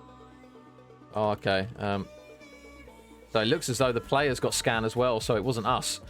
Unfortunately, the whole game got scanned, so we will be able to get on board in what will be the round 11. So let's go. A blessing in disguise, I guess. We take what we can work with, so we will manage to see that round 11 and see which way this map goes, because it's an important one, Pablo, for both teams respectively. If Vitalize go 2 up in this series, they're really going to be feeling themselves going into map 3, which is that Tuscan hardpoint, and likewise, if Mystaken manage to claw it back and make it 1-all, then it's going to be a potential, I say game 5 maybe, who knows, but it would be it's an important round for both teams regardless. I would suggest that the Mystaken Identity are going to be mightily upset with the Scan, because they're on the attack. They've dropped 2 players. They've got mid-map control. They've got bomb site control almost. They've got 1 player watching over bomb site, and potentially Ghost, who is on the flank all the way round, but was probably in the same position he was in the round that they lost anyway.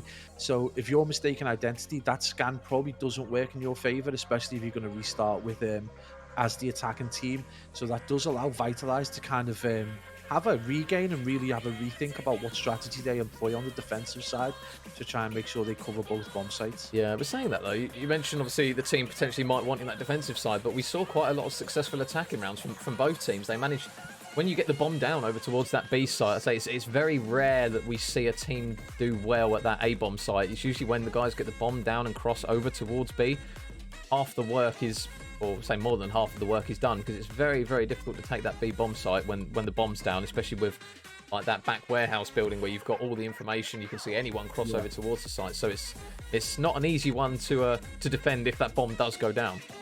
Yeah, absolutely. But I would just suggest that, a 5-4 when you're in the ascendancy in that particular round is going to bring it back to 5-all. That gives you that momentum to push on then to maybe just bring that back to 6-5. So I think Mystaken Identity will be a little bit gutted that it scanned out at that time, because that would have given them that momentum going into that round 11. If anything, it potentially just works in Vitalize's favour, because they can have a regroup and a rethink about their defensive strategy. But you are right, again though, it's been an attacking heavy round, so I mean, it's anyone. So we've seen how close both these games have been, and we're just really pleased so far that they've been this close, because it was, if this game happens a week ago, we're planting our flag with JMW and JT and the boys, and that's what happened. But right now, this is just such a closer encounter, and it's just so much more interesting. And there are so many more stories to really look at in terms of how Ghost's performing, how the pickups are performing. Leon seems to have just started to get into the game. Vega's having a super quiet S&D, which is not like him, but Zero does appear to have come to life. So there's quite a lot of angles as well to take from these two teams and the map choices. So yeah, it's shaping up to be a super interesting game. If we do get to that game 5 and Vitalize are able to turn things round, and really take this best of 5. I'm just super interested to see what maps come next.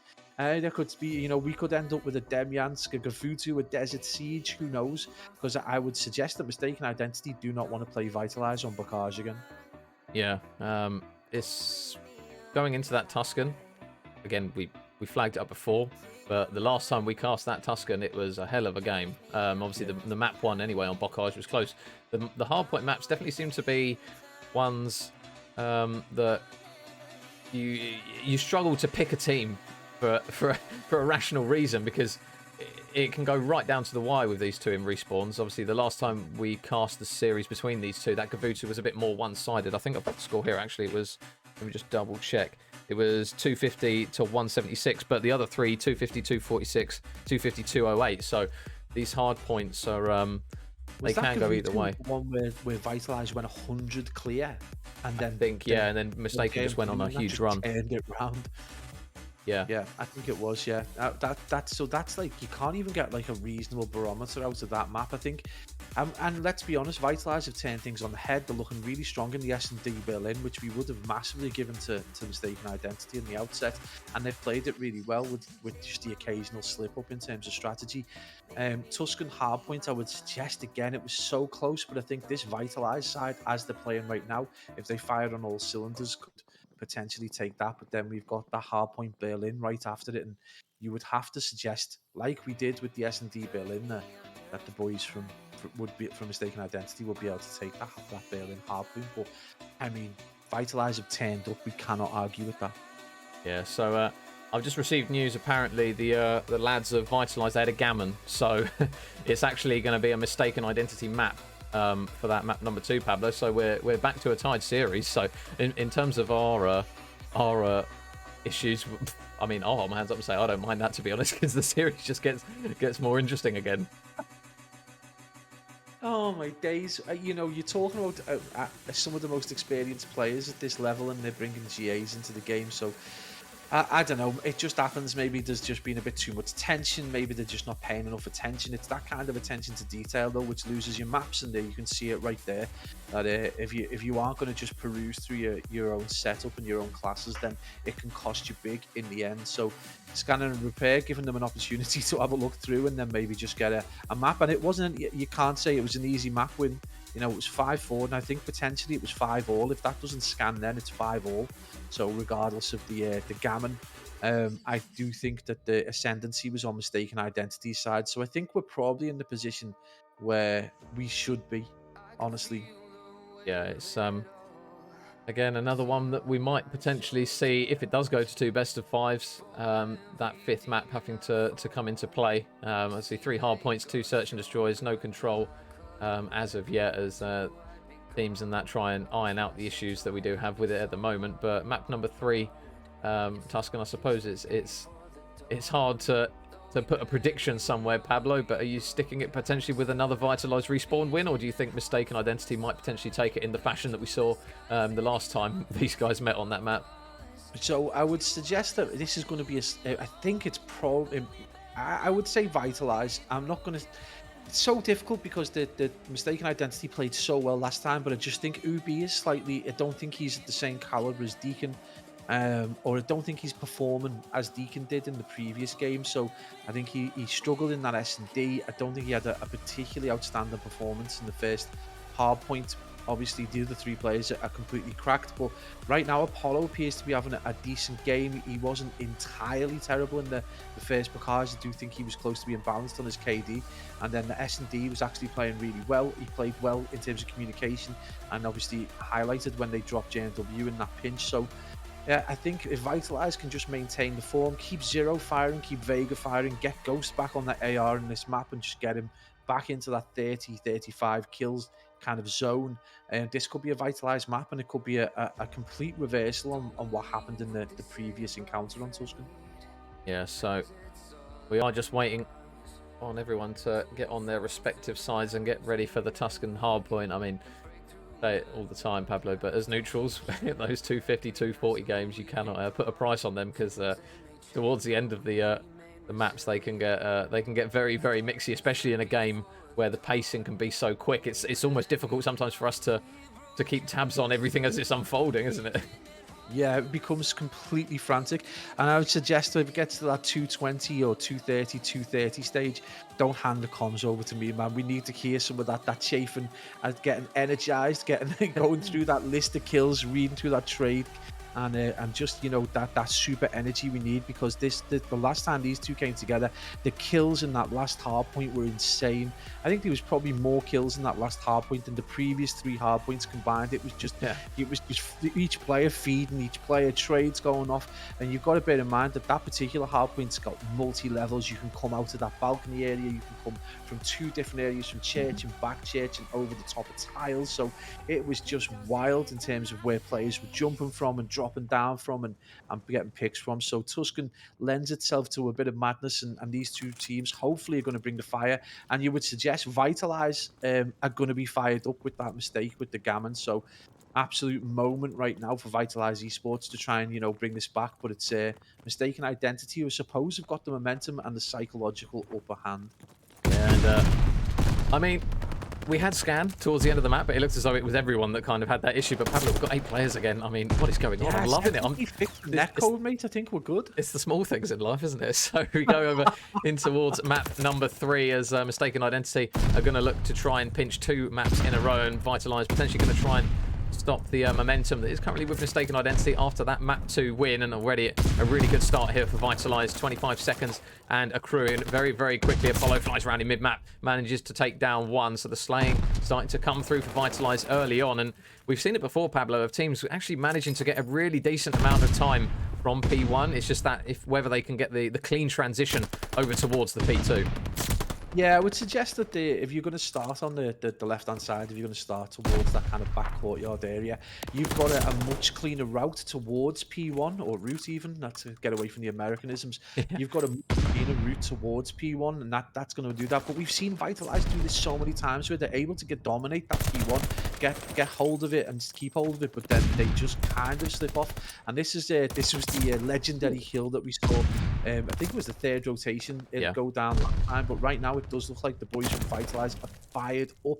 There is only Zyro who's kind of off the pace again. He does seem to have turned up today with a different head on. I think if they can get him into the game a bit more, I think this could be a blowout right now. But don't be surprised, Major. We saw this before, and guys, we did say that in Gavutu, the guys from Vitalize went 100 clear, and the boys from Mistaken Identity did bring it back. So this game is definitely not chalked at any given point.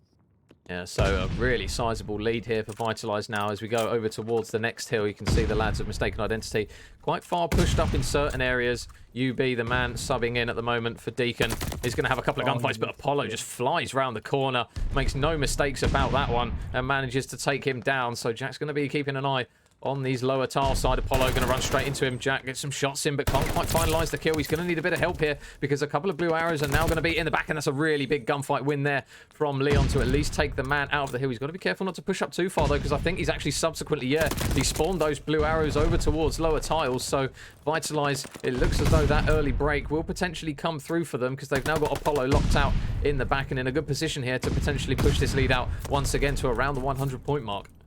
Now, they've somehow managed to turn this P3 into a contest hill, which is insane. But again, just great play by Ubi, who just should never have got that kill over towards... Oh, sorry, the opposite. Great play by Apollo to get that kill on Ubi, which he should never have really been allowed to do. He was set up and ready for that surprise, and he's just never got his shots on target. And that's allowed Vitalize to completely come back around the back of that P3 hill and get control of it. And we're seeing Apollo locking down with an MP40 what should be locked down with an AR. So right now, Vitalize are 100% on the ascendancy, and you can see this is the battle of the pickups, and Apollo is slaying out right now. Ubi with a lot of work to do, and Apollo doing the work that you would normally see Zyro do, who's just started to come to life. So big plays and a lot of work, Mistaken Identity to do to be able to bring themselves back into that game. But JMW is such a determined player. Let's not write him off just yet. So JT in the hill. He is going to be alongside UB. They are going to take JT down for the time being. We see those red areas are still flooding the hill for the time being. Zyro going to try and work his way in to take down a couple, and he is going to manage to take down JMW alongside UB. The stun going to clear out UB beforehand as we go over towards the next hill. JT going to be looking for that lower control, and nice reads there to take down Zyro in a less preferred corner that you see players tend to take. And he is going to have another gunfight here, but Vega breaks his ankles a little bit there, flies round the corner. You can see UB though again coming from down low, and we're definitely seeing a shift from teams now to start prioritizing that control down by the staircase, because it can definitely benefit teams, can't it, when you have that lower control and just push your way up into the hill rather than trying to just flood all the way through the front.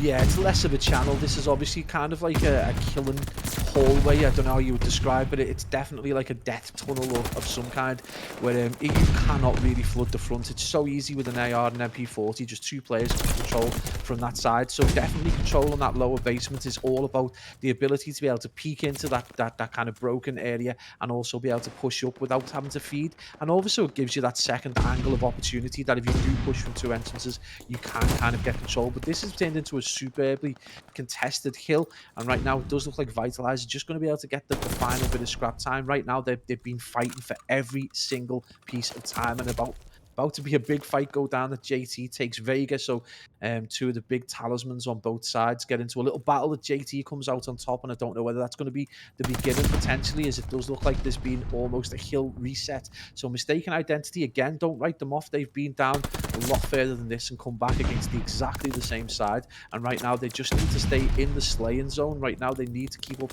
in terms of kills, and Apollo just seems to be on fire right now, and already that ordnance from Ghost coming out.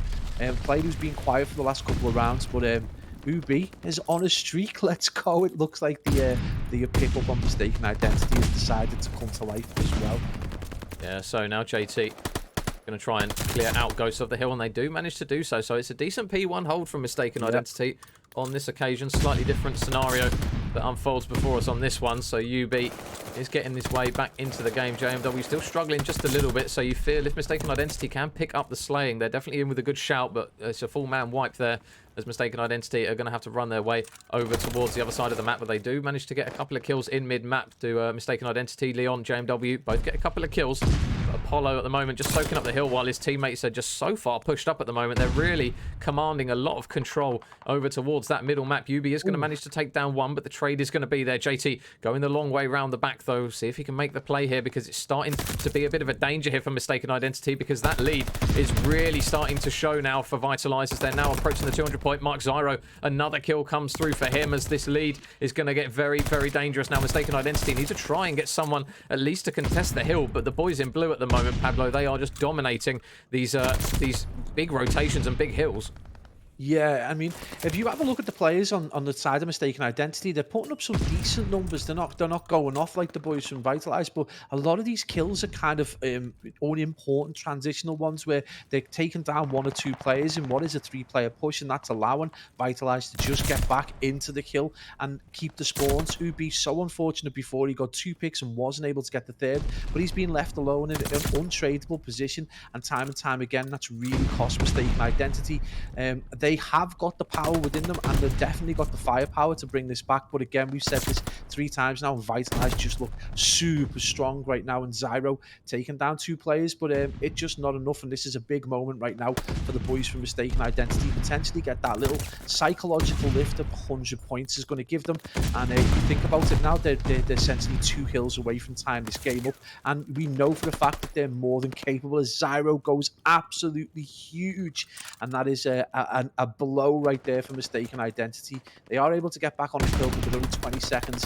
This has become a bit of an easy game for Vitalize Esports, who only need to nick a few seconds off a couple of hill rotations to win this game. Yeah, and this is where Vitalize can just lean on the cushion that they have now. They only need 20 points. It's been a pretty stellar performance here on the hard point from these boys. Pablo, you mentioned the slaying not too heavily favouring Vitalize. Obviously, JMW still struggling at the moment, but that point difference is just absolutely enormous for the time being, and they're in the hill on Church. They're soaking up the time once more, and those red arrows at this stage, it just feels like they're pushing one at a time, as Vega is going to manage to tear through 3 players as well. And with 10 seconds left, I don't really see a way in which Mystaken Identity can try and get back into this one. JT is going to try and be the man to make the plays. He can't manage to do it. Leon in, he flies, he goes down. It's going to be the same result for him, and it is going to be a very convincing map there for Mystaken Identity, Pablo. Oh, awesome play by Vitalize right there. That is the Vitalize that we said if they play, you know, fire on all cylinders of Ghost. And now that is, again, the Ghost that we expect to see. He had an awesome first map, but you can see just how much smarter he is. His play is really clever. He gets into the right positions. But above all else, Apollo being that pickle player, that extra player, he's played 2 games with them that we've cast so far.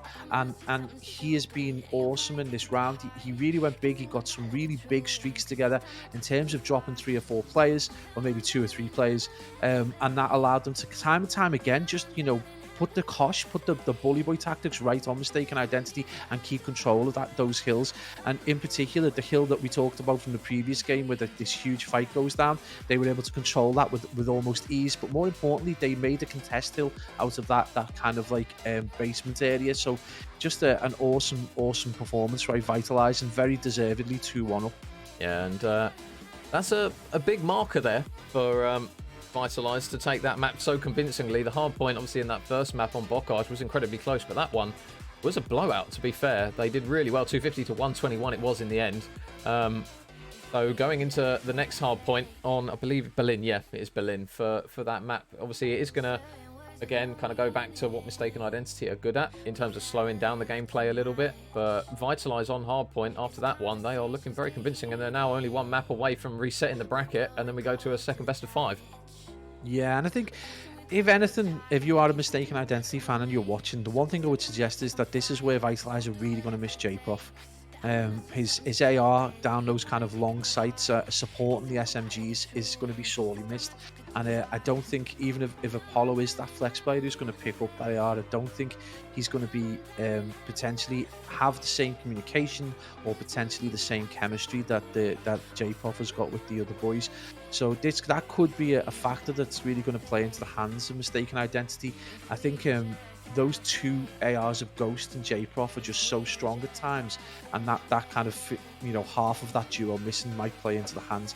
And we know for a fact that the bigger, slower maps really do favour the likes of JMW and JT.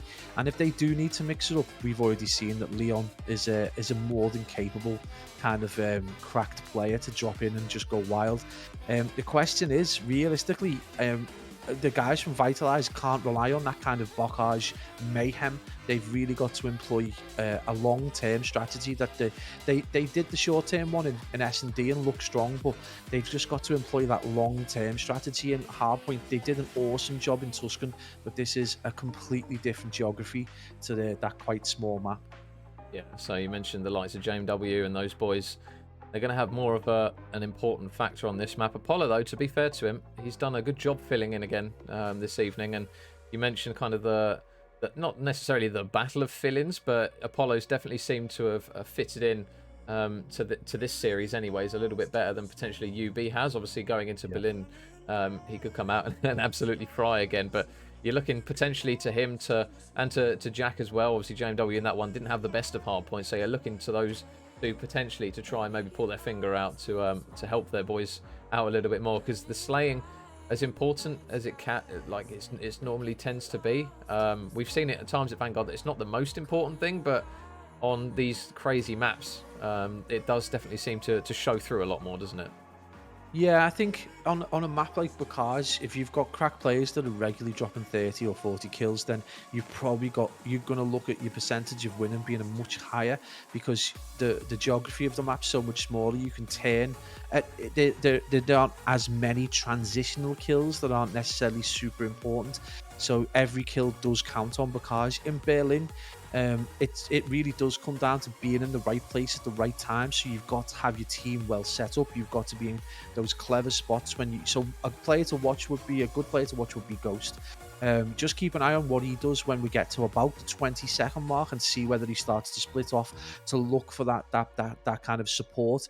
Now, the other thing we did notice the Vitalize do that the Mistaken Identity differ from was Vitalize are quite happy to maybe allow one player to go over and try and lock down that hill for a period of time, whereas Mistaken Identity tend to get supporting quite quickly. They're more happy to leave a player in the old hill and try and capture the last 20 seconds and commit more to the next hill. So it's very much that kind of Farico impact 40-20 kind of employment where they look for the 40 seconds and are happy to chalk 20 seconds to the other team.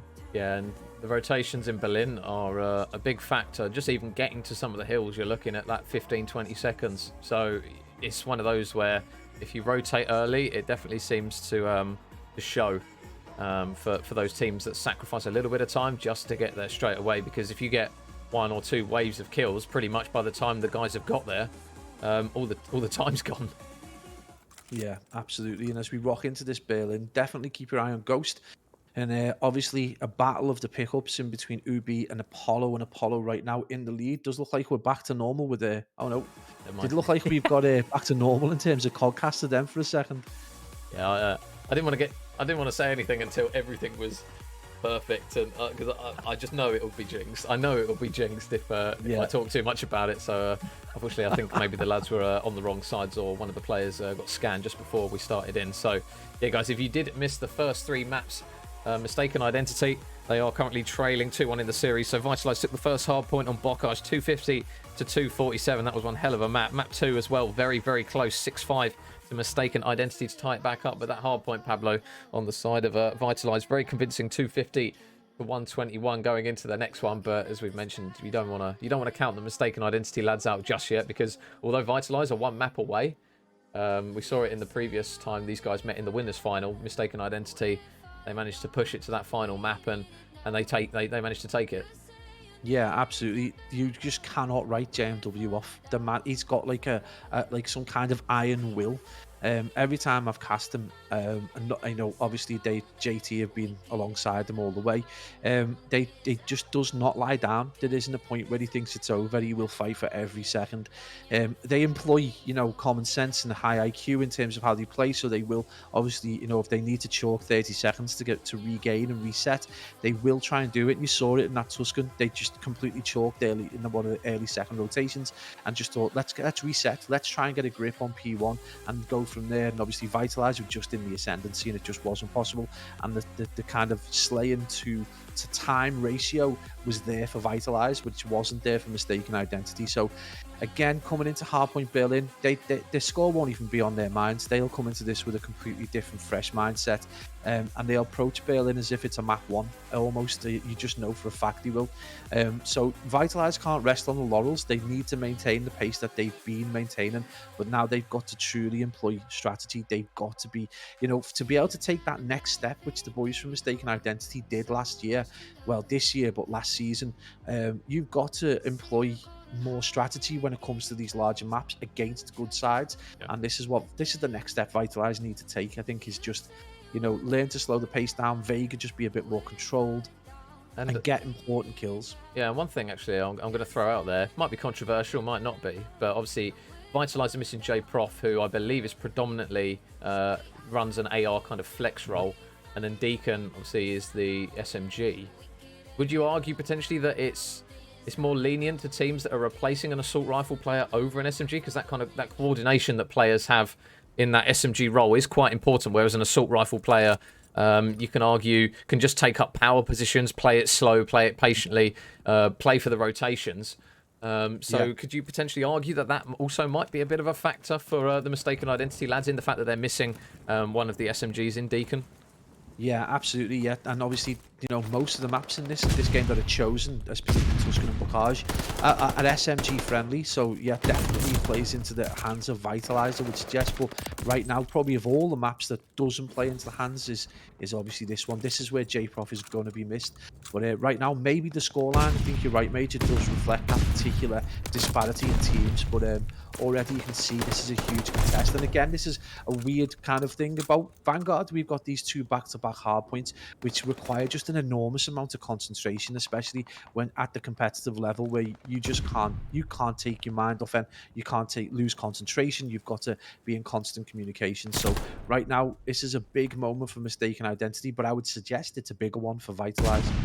Yeah, so going in towards the next hill, JT is going to be again the man who's just playing the longer route all the way around the back. Again, Berliner map, which has so many avenues and angles for players to pinch from. So JT is now in the back. He might start to spawn these players out. And I think he spotted one. He spotted the second. Zyro is going to be there for the trade. Oh, Zyro has won the second. Oh my god, I thought he was going to win the third as well. He came incredibly close to it. And Mystaken Identity, although it looked like they were potentially on the brink of a break, that first wave has now been stopped just for the time being as Mystaken Identity try and work their way back in. Vitalize, they're still trailing just by a little bit now, but the time going in their favour. JT just going to try and potentially come off the top rope here. He does spot the legs of one, but a couple of players in corners, takes down Apollo. He knows the second player is out there, but Mystaken Identity with a couple of players in the hill. Zyro is approaching, but we'll see if he actually decides to try and play for the scrap time here. He is, and this is actually going to potentially be quite a big one-on-one fight for JT if he can win it, but I think he's going to get flooded out in the end. Yeah, it's going to be a good 10 seconds as well. That's a healthy bit of scrap time that's well worth fighting over. So definitely not worth the heavy. You can see the way we spoke earlier about how Mystaken Identity just commit to the next hill. There isn't just one player going over there and just sat off. They commit heavy to the next hill. And that's what's allowed the boys from Vitalize to just get that extra scrap time. But it's also given a really strong setup on what is essentially a super strong kill if you can maintain those spawns. But Vitalize just appear to be really, really strong and almost bullying from the front, and that's something you don't often see. But Mystaken Identity just with enough in the back pocket, and I would tell you right now, JT is flying 7 and 4 and going crazy. But Vega with an absolutely awesome two-piece. But look, they're not turning it into hill time and time again. Mystaken Identity are flooding back onto the hill and keeping this within potentially 30 seconds. Yeah, and it was a big moment there for the boys of Mystaken Identity just to try and hold what looks to be that remaining scrap time. So they will get a sizable lead going in towards the next rotation. And I think that just goes to show, Pablo, in terms of in spawns, especially on maps like Berlin. I know we bang the drum about it all the time, but in a Bocage hard point, you've got a player that's anchoring the spawns, but the players come so quickly that all of a sudden that spawn gets flipped, whereas this rotation from Vitalize, likewise to what Mystaken Identity did there, are so important on Berlin. And you can see the time that Mystaken Identity did manage to accumulate from that hill, and it looks as though Vitalize are pretty much going to do the same here as a couple of players go in. But those rotations and those spawns for Mystaken Identity on the previous hill were very important. Yeah, absolutely. And I mean, obviously, it's an easy one to dominate if you do get the spawns, because you obviously got that hyper proximity to the hill. But again, what we've seen here, and it's the first time we've really seen Vitalize just chalk a hill completely, give those 15 seconds up, get a strong position in this hill and over towards the warehouse and docks. Where am I going? Train tracks area, and they get almost a free 20 seconds of no contest. They just sat on the hill waiting for the team to turn up, and if they're able to repel Mystaken Identity, it becomes a free 40 seconds. And right there, we're just seeing this kind of war of attrition between transitions. So not a lot of kills going down, but we're seeing teams regrouping and retransitioning all the time to try and jockey for the next important kind of spawn point of position over to the next hill. And this is why Berlin, I think, is slowly but surely becoming a competitive favourite, because it is probably the most COD-like map in terms of what we're used to over maybe, say, the last 4 or 5 games, particularly only going far as back as maybe Modern Warfare. But this is definitely the most alike map to Cold War and Modern Warfare we've seen. So players obviously conditioned to kind of be ready to make transitions about 20 seconds and get control and have those kind of contest fights. But right now, it's as close as we expected it would be, and this has been an awesome fight so far, with only 10 seconds between them. What a performance so far from both teams. Oh. And Zyro comes flying at the top of third to take down both JMW and JT. So a couple of gunfights there for him in his favour as we go back over towards the P1, and there is nothing separating these two once again.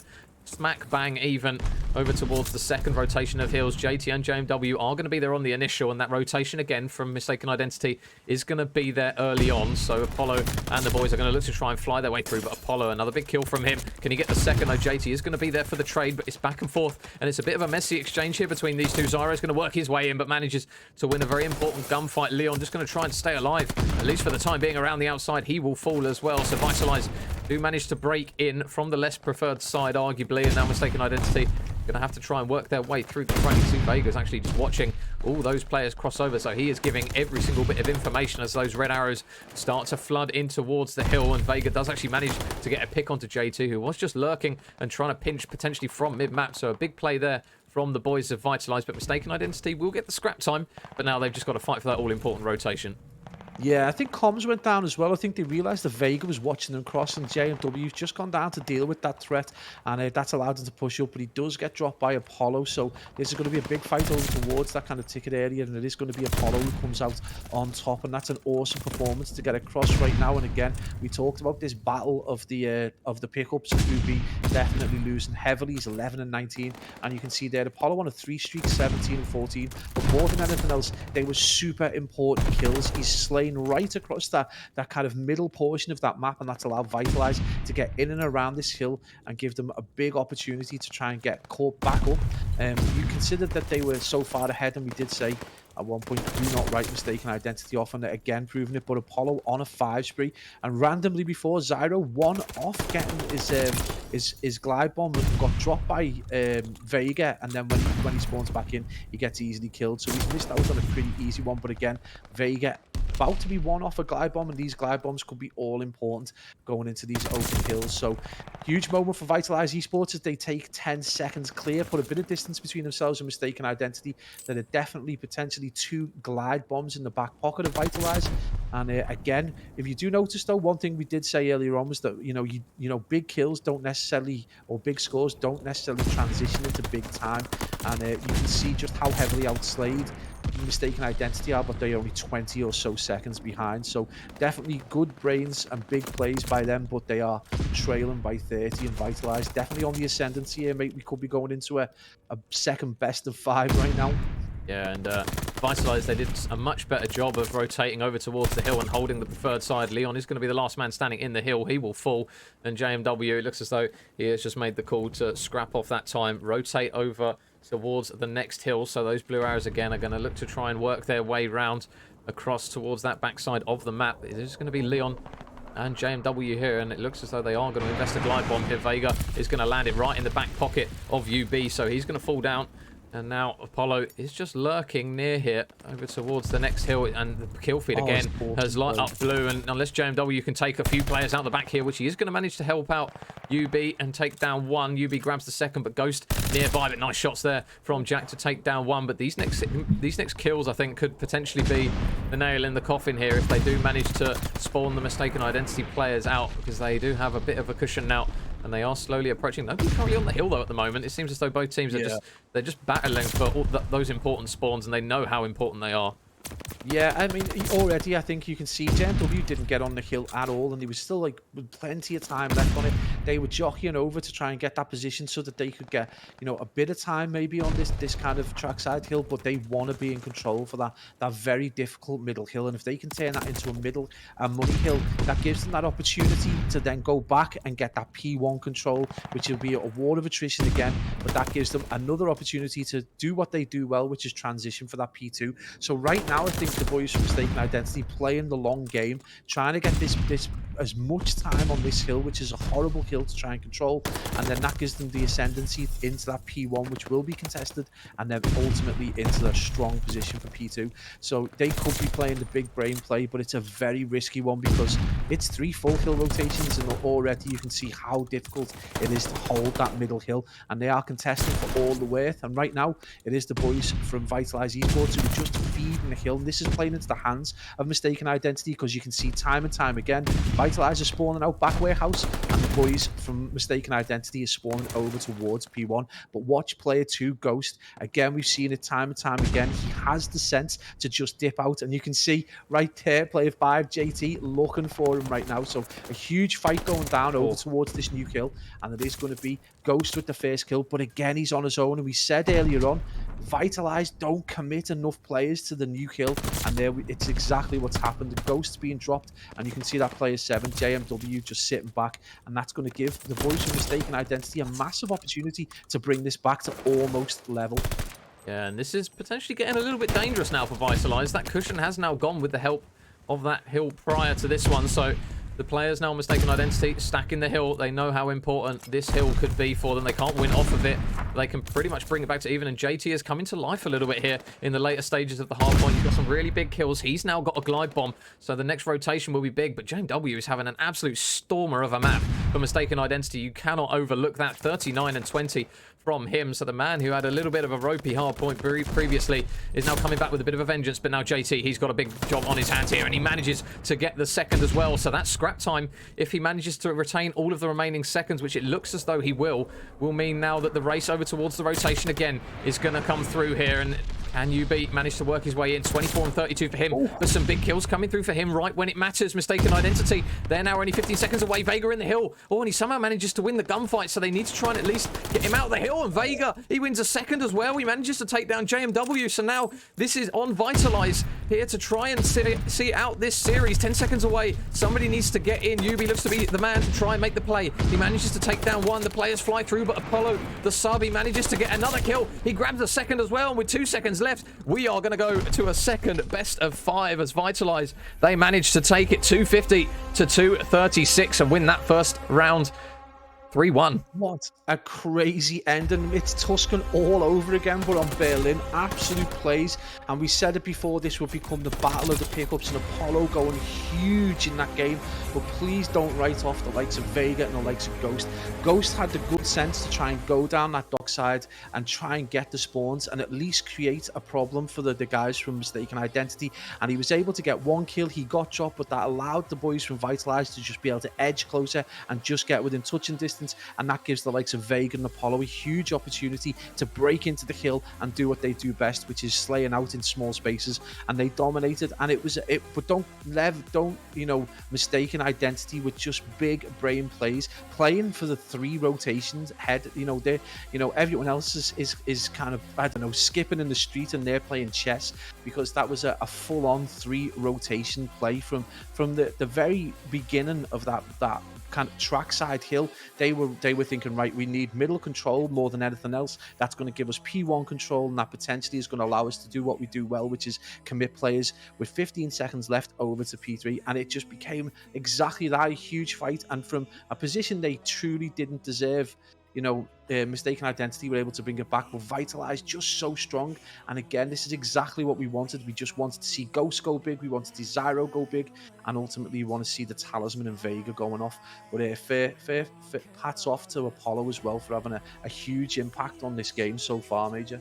Yeah, and although that Tuscan hardpoint was a blowout, the other 2 potentially could have gone either way. Some big plays coming through from the likes of JMW trying to put up the numbers there for the boys. Unfortunately, there for Mistaken Identity, they had just a glimpse of potentially managing to take that one and push that game 5. But fair play to the boys of Vitalize. They get the first series done and dusted out the way, and we've got another potential 5 maps on our hand here, Pablo, for the second best of 5. So I cannot wait for that one, because this one looks as though it's going to go right down to the wire. Yeah, absolutely, and what a performance. And I think in the back of our minds, we felt like Mistaken Identity would probably step into another gear at some point. We know Vitalize are quick off the blocks. We know they start really kind of effectively. But I think in the back of our mind, we thought, I think Mistaken Identity have got enough kind of in the back pocket to be able to maybe, take this 3-0 or 3-1. But how we've been proven wrong, and a Vitalized side that have been revitalized in the last week. Apollo, who had kind of a middling performance in the previous cast that we cast him over when I think Zero was out. Just a different player entirely. You put an MP40 in his hand and he just seems to be absolutely cracked, just going off. I mean, we said it before, the Tuscan was a blowout. What a dominant performance there. Obviously, I think as well, we potentially missed out on a round 11 in the S&D, so this could have even been finished earlier if it wasn't for the breach of GAs. So Vitalize just looking strong in the ascendancy, and the question is now is about is basically about stamina. Another best of 5, potentially big 2 hard points back to back. If you're Mistaken Identity, do you put Bocage hard points in there at all, because you're potentially going to get fried after Tuscan? Is that going to be an option? Are you thinking, what is our hardpoint option, after Berlin? Where are their options? This is what we said earlier. What are their map choices now? Are they going to throw the cat amongst the pigeons and maybe pick a Desert Siege just to mix things up? I just don't know. This is so weird. It's one of those where obviously the first map for Bocage was pretty close. I was surprised at how much of a blowout the Tuscan was. We've kind of flagged up that those bigger maps would probably favour Mistaken Identity a little bit. I think they had phases in that Berlin, but again, so did Vitalize, where they looked very calm, very composed. And it's got to a situation now, like you mentioned, Pablo. It's like, which ones do we ban? Do we ban the Bocage? I think if you're going based on history, you probably just ban that Bocage, I would say, at least for Mistaken Identity, and just try and get those like you say, those Desert Sieges or a Gavutu in, because those were the ones that we saw them before that they did look pretty decent on. Yeah, absolutely. I thought Gavutu, they were dominant. I thought it gave JMW the opportunity to post up in boat and really control the. I mean, you can see, he is the kind of player that posts up and just can control a game from one position. He's very difficult to get off a heady. He's got an awesome shot. He's got really good COD brain as well. He finds himself in the best positions. He kind of has a weird sixth sense when he can't, when the rest of the team are focused on one particular thing, he kind of counts the players, and I think he knows when there's a flank on. So something like Gavutu, definitely think we're going to see it show up in this next round. I think it wouldn't surprise me if Vitalize obviously get a ban. That would probably be the sensible one to stop. Just because they're so strong, Mistaken Identity, but just really interesting to see kind of what maps come out of this, and it wouldn't surprise me if we saw the Demyans Desert Siege go through to triumvirate in there. But again, we said this, I don't know how truly we believe that the Vitalize would be able to take this 3-0 or 3-1. And I said if that was the case, that would probably determine the maps that Mistaken Identity pick. And I think as much as we know these guys can regain, they're definitely having a very intense conversation about what maps need to be banned and what maps need to be picked. Yeah, but I mean, in terms of entertainment for us, I mean, we see a second best of 5, we get to see more crack plays from more crack players, so we can't really complain about this one. But yeah, Mistaken Identity, in terms of overlooking them, I wouldn't think too much about it. I did see somewhere potentially that Deacon might be filling in for the second best of 5. Whether or not that's going to be allowed, I don't know, but we'll have to see. Regardless, obviously, if they do get him back in, that will be a big addition, because you did flag up UB. He kind of struggled a little bit on some of those maps. We did see glimpses of what he's got in that Berlin. When he was starting to get a bit more comfortable and put numbers up, Mistaken Identity, that was when they started to get going and started to put up some considerable amount of time. I think it's just been a case for them of Vitalize haven't really had an underperforming player for any of the maps. They've always had everyone's at least been going even, where with Mistaken Identity, when you look back at the maps, UB's had a couple of struggling maps. JMW obviously had that map as well that he struggled a little bit on. JT hasn't been as good as we know he can be. So Vitalize at the moment, they're just kind of setting the bar for everyone just pulling their weight really at the moment, and I definitely think that's definitely proved to be a bit of a factor at least.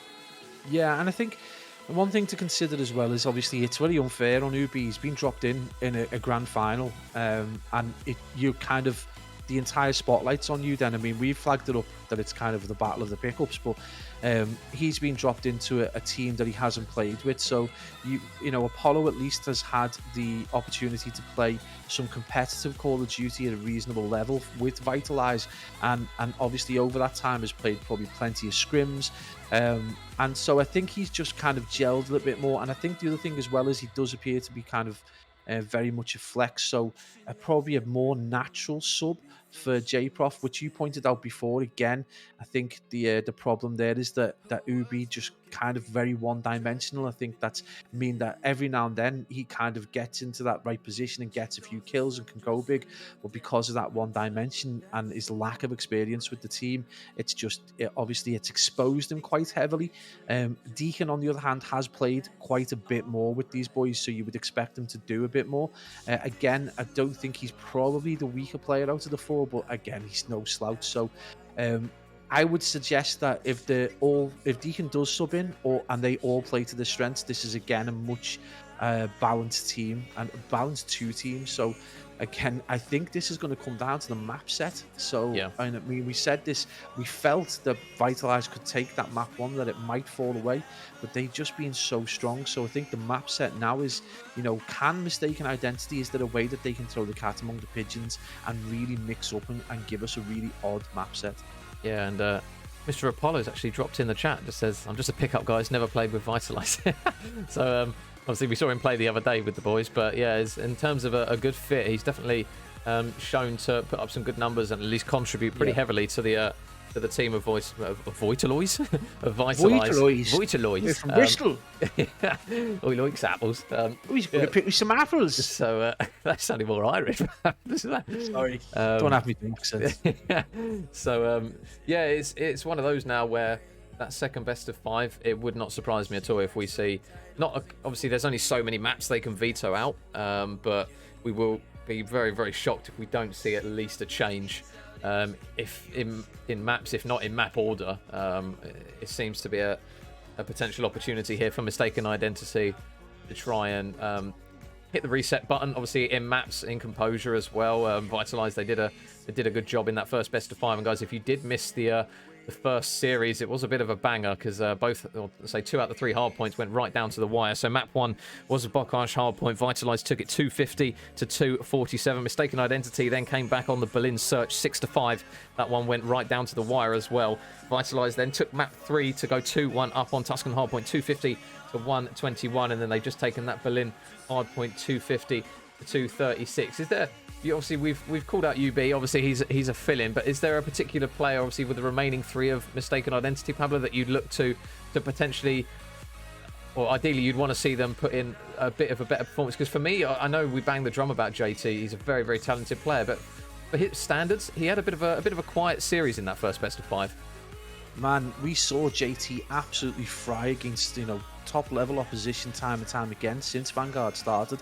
He's definitely come into his own, but we bigged him up at the start of the series, and he's just not delivered as much as we'd expect him to, or as consistently. But honestly, he has done enough to kind of if the rest of the team turn up, he's done enough for that Mystaken Identity to win those rounds. It's JMW for me who's kind of dropped the ball a little bit, particularly in Tuscan. I think he kind of was off the pace. I know they've taken that S&D, but when you consider they were 5-4 down, again, I just thought that maybe he was a little bit off the pace. And obviously Ubi doesn't help. But yeah, I just think JMW being that talisman, being that in-game leader, being the person that you would look to with the most experience, just needs to kind of drag the boys out of the lull that they're in, and just maybe, a foot up the arse and kind of get themselves, geared up and a little bit more fired up. Because one thing we do know about Vitalize is that they don't need to be fired up. They've got 3 players ultimately there in Vega, Apollo, and Zyro who play really quickly and play, with hyper aggression. And if they needed to step through a gear, then that would be quite frightening. So I think we know that obviously Mystaken Identity are a little bit slower, and that they do need to work through the gears a little bit now. I think they've been blown out the water. 3-1 is a comprehensive win in anyone's books when you consider that the one that Mystaken Identity got was by a GA. Yeah, that they were losing. Yeah, and we do actually have our maps, Pabs. I've just pinged them across to you. So we've got a Tuscan hardpoint still in the rotation, which is quite surprising considering how that first one went on map 3. So we've got Tuscan hardpoint, double Berlin. We then do have a Desert Siege, and then it ends on a Bocage. So there is a bit of a shift in the maps for this one. And that double Berlin, you would say, potentially might shift some more favour towards Mystaken Identity. Obviously, Vitalize, they did take that one in the end on the Berlin hardpoint. But yeah, a different set of maps as we've kind of come to expect for this one, and as we kind of predicted, really, for this second best of 5. We thought it would be the case. I've got a feeling that that the boys from Mystaken Identity have definitely chose that S&D Berlin. I think they just felt that they probably didn't represent themselves very well at all in that previous S&D. Even though they're down as the win, obviously it was down to a GA, but I think they probably felt that they could perform miles better. So I think they've probably gone with that S&D. I think the guys from Vitalize are feeling themselves and feel Tuscan is definitely a map that they can do well in. Back-to-back Berlins, I'm not so sure whether that's a mistaken identity thing.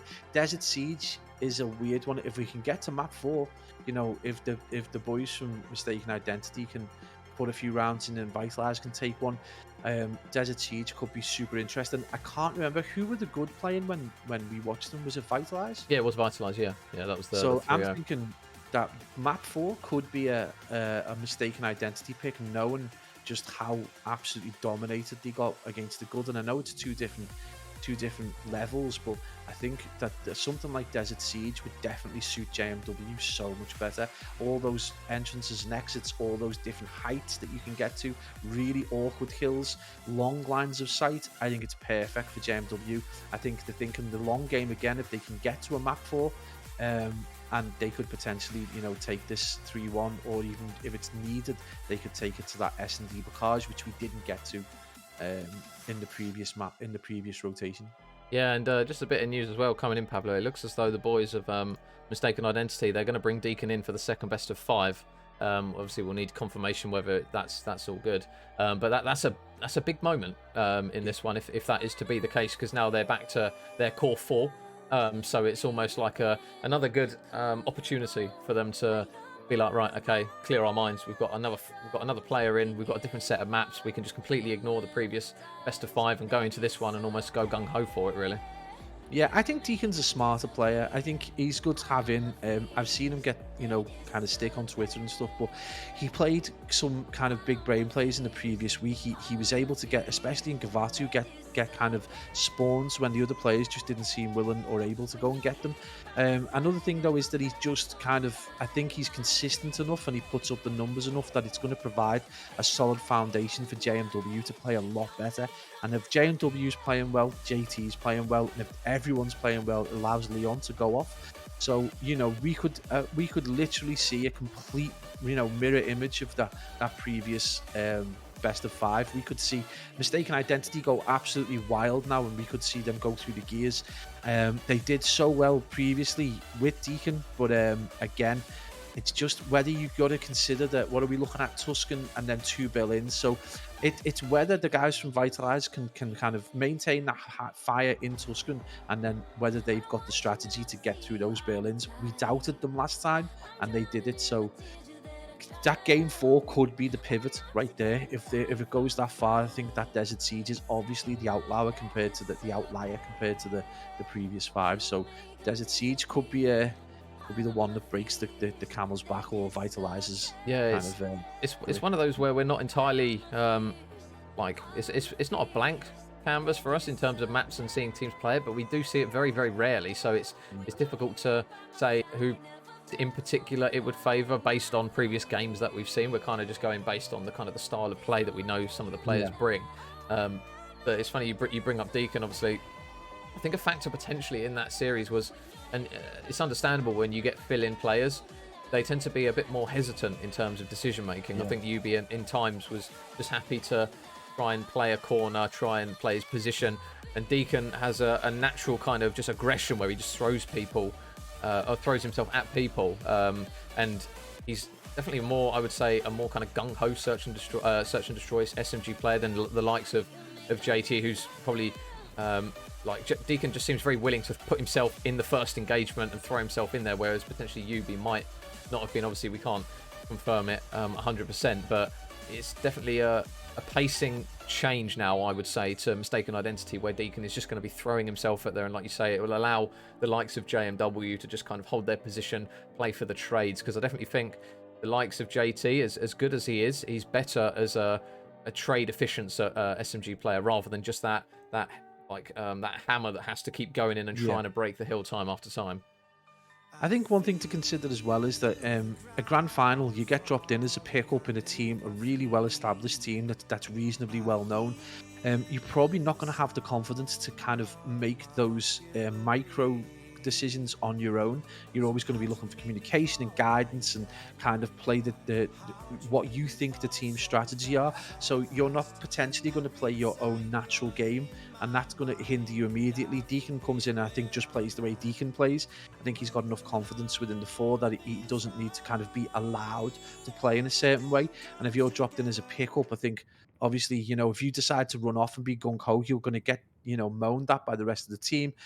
So I don't know whether UB was just inhibited by the fact that he'd been dropped in and in a grand final. So probably not overly fair on him to give him too much criticism, but Deacon definitely should make a difference to this side. Yeah, I'm really excited to see actually how the boys managed to fare up. And say that as much as we banged the drum about Deacon potentially making a factor, Vitalize came through and just wiped out 3 of the Mystaken Identity players straight away. So typical commentator's curse coming through into this one. But guys, if you are just hopping on board with us, this is now the second best of 5. The bracket has now been reset after Vitalize took the first one, as we go now into what is going to be our final series of the MCA EU Vanguard series here. And Mystaken Identity, again, it's going to be a position where they're fighting for the P2 spawns, but they've allowed Vitalize a big chunk of time here, Pablo, already early on, as they're going to pretty much accumulate what looks to be over a 50-point lead right out the gate. And again, it's this kind of battle of the strategies where Mystaken Identity, obviously Vitalize tend to come out the blocks quite quick. We do see them get a lot of time on P1s in general just because of the aggression. But Mystaken Identity, again, just they will commit to the next hill. They will commit players in transition. Whereas Vitalize team just quite content to try and bully their way onto the kill. Sometimes it works. It's worked really well for them in the previous series. And sometimes it doesn't. Sometimes they just end up feeding the beast and it costs them. They end up conga lining or kind of like, running in one at a time, and it can be problematic. And we're already seeing that game that was 50-0 being almost halved because of that sensible play by Mystaken Identity. But as we say that, this is exactly what Vitalize like to do: mix things up, get into people's faces, and try and get the challenge in. And they're in and around that hill always, and they're back on it. It's crazy, but it seems to be effective. They are like bumblebees around the queen, and they are absolutely decimating Mystaken Identity right now. I know they're 40 off, but they just seem to be, have that momentum and have that power. But it's whether they can turn this into time. And we saw this with Mystaken Identity actually, Major, in the previous game, where they could get kills, but they couldn't transition that into time. And maybe we are now, starting to see that happen to Mystaken Identity now as they're 30 seconds or more off. Yeah, so this is a good opportunity for the boys of Mystaken Identity to try and put a marker here on this hard point. JMW is just going to be anchoring that back spawns, but he is going to push up now, so he's going to have to be careful not to drop too many as Apollo. He manages to fly in and pick off 2. They do still have Deacon out the back, who is going to have to try and play his life because those blue arrows are flooding over towards him. And again, Vitalize, they just seem so efficient at breaking over towards this Fountain Hill in P3. So Ghost on the hill will get taken down by Leon, and it looks as though Mystaken Identity will steady the ship for the time being as Leon manages to grab a second kill. So a big couple of kills coming through there from him. He will eventually drop, though, to the shots of Ghost, Zyro, and Vega as they manage to get that 4-man wipe. But the lead still sitting in favour of Vitalize as we rotate over towards that next hill. And it will be Vega, just the man on his own for the time being. But it looks as though they've still got Ghost out the back, just playing the slow roll again, Pablo, which we're used to seeing him do, just playing for the spawns, playing it patiently. But he's got the kills at the moment to go with it. But saying that, JMW and the boys with a beautiful bait and switch, and they're now back on the hill. Yeah, absolutely. For the first time in this series, we see Vitalize play really, really smart. They got the kills. They got 20 seconds scrap time that they should never have got over towards that kind of back courtyard hill. And then they go and form a full line across the back, but just don't get... They do the one thing they've been doing. They don't do the one thing they've been doing all game, which is slay out. They get absolutely dominated by Mystaken Identity, who basically stroll into church, which is usually a highly competitive hill, and then just own it for 30 seconds. Crazy plays. They brought it back within 30, and Vitalize have kind of, I don't know, they've role reversed themselves. They've still got the lead, which is amazing, but Mystaken Identity just slowly but surely seem to be playing the way we would expect them to play. And Deacon already, I know he's 9-11, but that's already kind of better than Ubi was doing at this point in the previous series. So we are still seeing that kill feed going the way of Vitalize, but they're just not transferring that kind of slaying power into seconds, and we're about to see potentially very close to seeing this game get tied up. But again, we are at this really interesting hill where Vitalize do look to control basement as much as possible. Will we see Major Mystaken Identity try and storm through that bottom echelon of this hill? Yeah, and a nice couple of kills there coming through from Vega. Deacon is going to be the third man into the blender, potentially. No, he actually manages to win the first one. The trade is going to be there, though, and those close spawns coming through for Vitalize from the preferred side. And you can see Zyro just in middle map, just commanding that position to not allow anyone to try and push through. You can see Deacon already trying to go for that approach of working his way down through that section of the map, and he is going to manage to get an important kill here. So it looks as though Apollo is potentially going to be trying to keep an eye on it, but it's a big amount of time here for Vitalize. They've pretty much held this hill pretty perfectly as Apollo flies around the corner. He's had a lot of engagements at 8 and 15, but the slaying not necessarily favouring him. But Vitalize, they now have the score to show for it as we go over towards the P1, and it'll be interesting to see whether Mystaken Identity can do a better job of this P1, Pablo, because the first time on that first rotation, they managed to accumulate, what was it, 50 seconds, pretty much without a single touch from Mystaken Identity, and it looks as though they're trying to line up another big chunk here. Oh, they played that. Again, they did what Mystaken Identity always do. They committed 2 players over to the hill early doors with maybe 25 seconds remaining on hold. Zyro goes absolutely wild with the 3-piece, but they get bullied off the hill. They were in a perfect position. They had the rotation. They had control of the P1, and what the Vitalize do? They just stroll over, and this is what we do not expect this from Mystaken Identity. We expect so much more, and who's like trailing right behind there? JMW, not even into double figures. Absolute like wild plays from JM. It's just not like Jack at all, but they have recontrolled this with a good amount of time. But the question is, again, you can see them committing players over towards that transition, just trying to get control of the middle of that map, and in particular Church. And you can see number 5 there, JT, just trying to make sure that no one can push through. But Vitalize just appear to be in bully mode. They just don't care. They just happy to just push through the front, get the kills, get the trades. We've got the players. Even Apollo is negative 2 KD. It's got 40 seconds on the hill, so it's crazy plays right now. But this game's still only 40 seconds in it. It's complete chaos. It doesn't matter what either team do. No one can really put proper daylight between each other, and it just shows the caliber of player that we're casting over, Major. Yeah, and I was going to say, it looked like a really strong setup for Mystaken Identity, but the lads of Vitalize, they're just pushing lanes without even a second to think about it, and they just seem to make it work. Jack's actually going to manage to get a double nade on the players on the hill. Deacon's going to manage to clear out one as well as he flies round, but Zyro has none of that. Manages to get a second as well onto JMW, so a big kill in the grander scheme of things there for Vitalize as they now push the lead out even further with that scrap time. And number 7, number 6 in the back, it is going to be JT and JMW on the rotation, but we've seen it a few times, Pablo, where these teams have the spawns out the back and they just can't really seem to make the hill time kind of account for the commitment to the rotation. They hold the spawns, but there's quite a few angles for that man on the hill to get taken down from. Yeah, and you just watch this fight right now between Deacon over towards Tiles, and he's watching the push from those players. In the previous Tuscan hardpoint, Ubi was over in that corner and just could not hold. He was in a very predictable position, got pushed. Deacon, on the other hand, took a really unusual side up, and when the players pushed out, checked the corner and got killed. And that's allowed the boys from Mystaken Identity to get a good solid bit of time and keep this within 40 seconds. But what happens again? Mr. Vitalize Esports just bully from the front and don't care. We can see players there. Ghost 21 and 14, who's been immense this series, and for me has really been the player of the game with that outstanding 44 in that first hard point. But right now he goes around, gets the kills, and they're going to get a free 15 seconds as the boys from Mystaken Identity just chalk the old and go straight to next, and they're being killed. It's death by 1,000 cuts, because right now they're giving up all this scrap time to Vitalize, and again, Major, at this late stage of the game, Vitalize can kind of rest easy knowing they're going to need 15 seconds off the next 2 hills.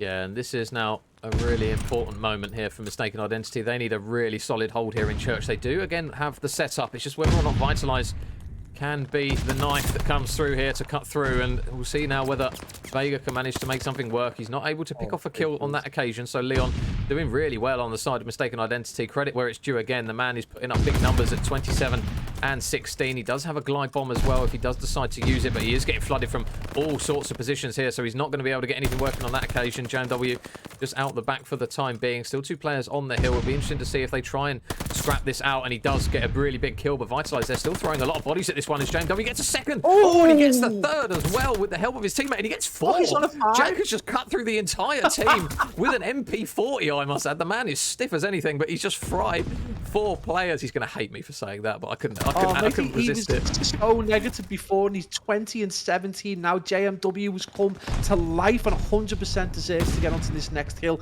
And you can see that player there, Leon, 28 and 18. He's just caused so much mischief. If he gets these kills, it's going to be all important. But the filthy goes entirely blue, and Vitalize bullied their way to a 1-0 victory. But JMW did so much to drag his team through. And you know, we said this earlier on, Major, you know, if JMW comes to life, JT comes to life. If JT comes to life, Leon is already flying. And with that fundamental support from Deacon, I think this could be another crazy series. But Vitalize just don't care. They just bully from the front, and Zero and Vega, in particular Zero going off. But mate, the player to watch from Vitalize right now is Ghost. He is flying. We've never seen him this deep into a series because we never cast his double best of 5. But Ghost is absolutely flying right now. He's yet to have a bad game. But mate, the signs are there. JMW looks like he's back. And that's the thing that we come to expect from Jack quite frequently. Obviously, on that occasion with a not a 74U, with an MP40, you don't expect normally it's with an assault rifle that we tend to see those kind of plays from him. But it was a flash of what he can do. It's just a shame that they left it a little bit too late, it seemed. Yeah, 100%.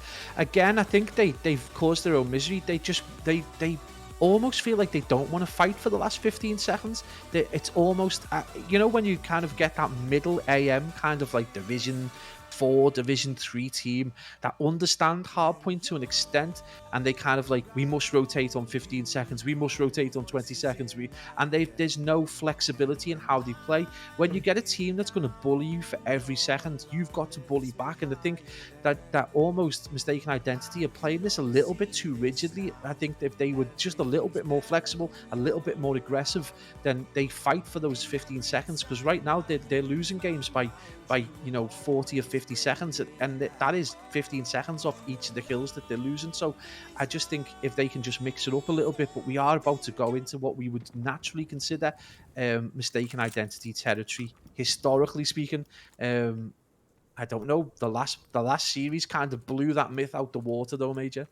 Yeah, so if you did miss that map 1, guys, Vitalize, they managed to take it 250 to 187 here in what is our second best of 5 in this MCA Grand Final in their EU Vanguard opening series. So it's now going to be down to Mystaken Identity again to try and pull themselves out of the ditch that they appear to be for the time being. And Leon, on this occasion, is going to be repping the sniper. We saw him have some good success with this on the last time, Pablo, so it'll be interesting to see if he can manage to emulate that. He is going to manage to grab a nade and launch it right over the back towards those 2 players. But, oh, there it is. The Leon snipe. Standard procedure for him as he manages to rip Vega's head clean off. Oh my days, oh my days. Leon, stop it. Stop it. These people have got families. This is crazy. Leon with the sniper. And we missed this for a whole season in Cold War. And you know, you don't get these crazy plays. Leon has gone absolutely massive and absolutely destroys Ghost. And he's still rocking around. So Leon with the potential to get the ace. But JT finishing up Vitalize there, and that's the Mystaken Identity we used to see. And maybe not a 3-piece with a sniper, but definitely an awesome performance right there. Leon going off, and how he's not got the kill cam there is beyond me. Oh, it's a final kill cam, actually. It's a changeover. I was so used to the best play of the game. But yeah, huge plays, Major, from Leon, and a spectacular sniping performance to put the boys from Mystaken Identity 1-0 up.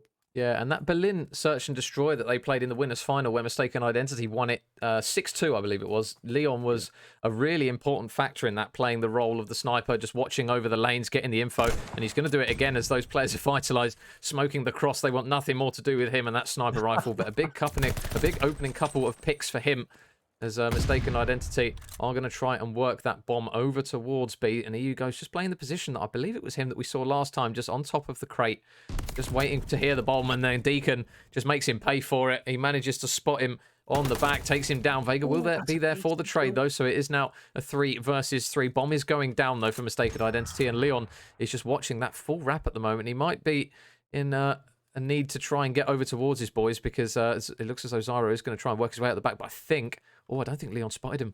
I don't think Leon spotted Zyro around the back with the COD timing, so now he's going to be up close and personal. Zyro is going to be in and around at least one of the players. He's just checking his corners, but he's getting tagged up from a few positions, but his teammate Vega is going to be nearby, and they do manage to take Jack down. And Leon, it looks as though that is now the call for him to try and get involved, because JT has got a lot of work on his hands here. 2 players flooding in from both positions, and it looks as though they're going to try and pinch him out here. 11 seconds left. JT actually manages to wiggle his way out and get one, and he gets the second as well. And that is the JT in Search and Destroy that we are used to seeing.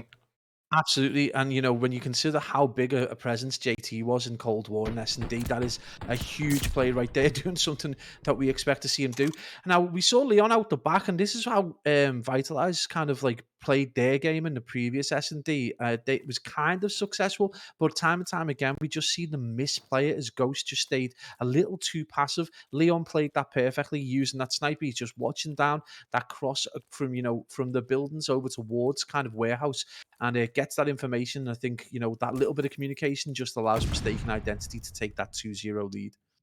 Yeah, and Deacon, he's going to have a lot of friends over on this A-bomb site, because Zyro, Apollo, they are going to nade the crap out of this hill. Deacon going to have a gunfight. He's not able to win that first initial one, so the flood that comes through from Mystaken Identity, sorry, from Vitalize, is going to leave Leon the last man up in what felt like the space of about 10 seconds now. So Leon left in the 1v4, and as good as he's been with the sniper, this is a pretty monumental ask of him to keep this round alive.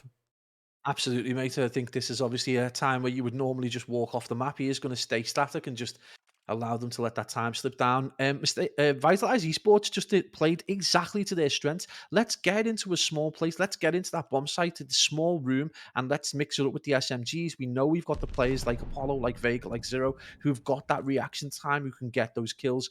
And it's not a surprise that, oh my days, with 7 seconds to go, Leon is out there world starting kids, but he does get dropped, and it's going to be Vitalize finally getting one on the board. But again, they played to the strengths. They played aggressively. They got into that small sphere, and they were able to use them SMGs effectively. But yeah, huge plays. Leon is just absolute monster with that sniper. Yeah, I wouldn't want to be an SMG player trying to cross over to the bomb site when Leon's watching that angle, because he has ripped everyone's head pretty much clean off every time he's spotted someone and had a crack at it. So Mystaken Identity, their lead will now be reduced back down to 1 round. Leon assuming his normal position, watching that cross with the sniper. Oh, and just the bullet whizzing past, I believe it was Zyro on that occasion. But the bomb looks as though it's going to be going over towards the B site. Vega is going to be tucked inside this corner, but it's a really difficult site to defend sometimes, as if those players peek the windows or push through. JT unfortunately not going to check the corner, so he's actually managed to take down one, but it's always a case on that B bomb site, as soon as one player gets a pick onto that player, it's just so difficult to get out from the corner, because they've got nades, they've got stuns, or they can just spray you through the doorway sometimes. Yeah, and I think we may have been a bit premature giving JMW the plaudits in terms of coming back, because right now he's back on the struggle bus. He's 2 and 4. He's not obviously in the same position as Deacon, but you would expect S&D to be kind of his bread and butter as well. But right now, a player we did pick out for kind of playing really, really well would be Ghost, who's 4 and 3 right now and having an awesome game. But it just hasn't really been turned into round wins, as we see Apollo on the struggle bus 0 and 2, and more importantly Zero, who is that player that would struggle on these bigger maps. You expect them to struggle where ARs would prosper, and you need him to change the way he's playing. And with 17 seconds to go, it is going to be a 1v2 major. Yeah, and I think the boys of Vitalize know where the bomb is. So it's looking as though Leon's death is potentially going to be inevitable here, as Ghost manages to cut him down in the end. And Vitalize do take another important round, and they tie it back up. So Mystaken Identity, although they pulled away for a little bit now, Vitalize do definitely seem to be adapting a little bit, at least to the plays of Leon. I think he got another 1, potentially 2 kills in that round, 1 with the pistol whip on that occasion, so he can do it with all sorts of weapons, can that lad. But it's an important round for Vitalize to tie it back up, because if Mystaken Identity started pulling away, and it could have potentially have been a 4-0 or maybe a 3-1, you would look at those players and think they're probably going to see this map out. Obviously, you don't want to completely disregard Vitalize, but it looks as though they've adapted well, at least for the time being. Yeah, I think one of the weird things is, although Leon's been quite successful so far with the the sniper.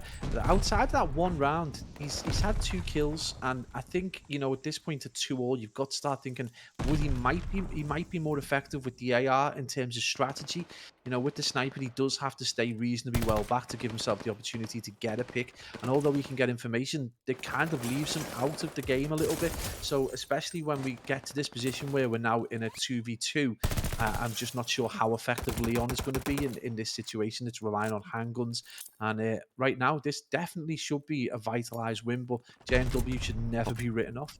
Yeah, and he's put a nade right in the back pocket of Ghost there, who was just trying to clamber away with his life. So it is now going to be up to Vega, last man alive in the 1 versus 2. We'll see if he can manage to get the bomb down. It looks as though it will be a free plant over towards B. Those players of Mistaken Identity just committing over towards the A site for the time being. And I was about to say, Pablo, that the aggression that Vitalize are showing over towards that A side, it definitely seems to be helping them out a little bit now, because where Leon is watching the cross with the sniper, obviously he's then got to get over towards the site to even get near and help the guys out with trades and potential engagement. So while he's running that sniper, they are playing it slowly, but Leon, he's just proved me wrong again. He manages to get a pick on with I think, what, his third or fourth potential weapon in this search and destroy. He uses the MP40 on that occasion, and it's an important round for Mistaken Identity once again. Yeah, and absolutely. And just as we were saying, Leon needs to maybe switch up what gun he uses in order for Mistaken Identity. He has to pick up a gun that he knows he's going to need. But a really odd play from Vega. And again, probably something to do with him maybe not being a heavy objective player. But, he plants and then just hides in a corner. And in such a confined area, you probably want to pull yourself out to get information. He needs to know where the players are coming from, or he can't expect to react in any way, especially when he knows he's got 2 players coming towards him, which is really odd play. But not that surprising, maybe from a player who doesn't play objective as heavily as, say, maybe Ghost or Apollo. But right now, Leon again trying to get that cross, and he's not going to give up the 3-2. And although we said he might need to change strategy if they go behind, he's having an absolutely ball at the minute, and he's potentially very close to being the kill leader. But right now, Ghost doing everything he can to drag Vitalize back into this map. Yeah, and it looks as though as soon as they hear the crack of that sniper, those players start to push through mid, and that is exactly what Vega has done as he started to pinch those players out and Vitalize. It looks as though they've maybe adapted a little bit to JT, just trying to play his life, but Zyro gets the kill. So now again, it's going to be Leon, the lone man, slightly separated from the boys, all alone, and now he's left in a 1 versus 3. They know where he is. He's not going to be able to rack the sniper out on that occasion to get the kill and Vitalize. They tie it back up, Pablo. It's very back and forth, this map. Yeah, absolutely. And again, we've already highlighted the kind of how difficult it is to use a sniper at this level in any kind of close quarters. We saw him having to change out that weapon. So I just don't know whether it's going to be more sensible. Obviously, it's great if you get that world star kind of pick across middle, or as he did in the first round, get an absolutely awesome 3-piece, which he should never have really got, but a bar poor positioning from Vitalize. But you really need to be looking to Deacon and JMW to start to pull the finger out a little bit and try and get control of this map. Right now, Ghost and Vega doing all the work for Vitalize, but again, it just seems to be throw caution to the wind half the time for Vitalize. They just try and get control as quickly as possible, and sometimes it works. And like right now, you can see JMW playing how you would expect JMW to play. Gets 2 big picks and counters that aggression, kind of Andre Agassi style, I would suggest, or something in a way that you would expect JMW to see. Yeah, and Zyro managed to make the play there, going around the back, and he gets the second as well onto Jack. Big kills coming through there from Zyro to pretty much tie up a round that was looking pretty much in favour of Mistaken Identity. So now a 2 versus 2 for JT and Deacon up against Vega and Zyro, that SMG duo that we're so used to seeing play some really good moments here since we've started casting over in Vanguard. So now every single player on the map currently isn't really close together, but now it is actually going to be the lone man over towards this site in Zyro now, as his teammate Vega will drop, just trying to get over towards him, and I think it's going to be a couple of kills for Mr. JT here as he manages to get both players, and a big round for Mistaken Identity once again to just pull away again. 1 round advantage for them, and 4-3, and Mr. JT with a big couple of kills. Yeah, and it looks like Vega picked up an AR partway through the round, and you can see just close quarters. He's on the struggle bus with the AR. So again, just a really weird push from the boys from Vitalize Esports. I sometimes don't think they know anything other than raw aggression. Just straight line in the bomb. Trying to get some information, but pretty much relying on kind of luck or cold time. And Mistaken Identity with 2 very experienced players, but JT very much playing the way we would expect JT to play in SD 7-4, and we do tend to see him go double figures. So this could be a huge moment for Mystaken Identity to start to get a bit of momentum back into this series.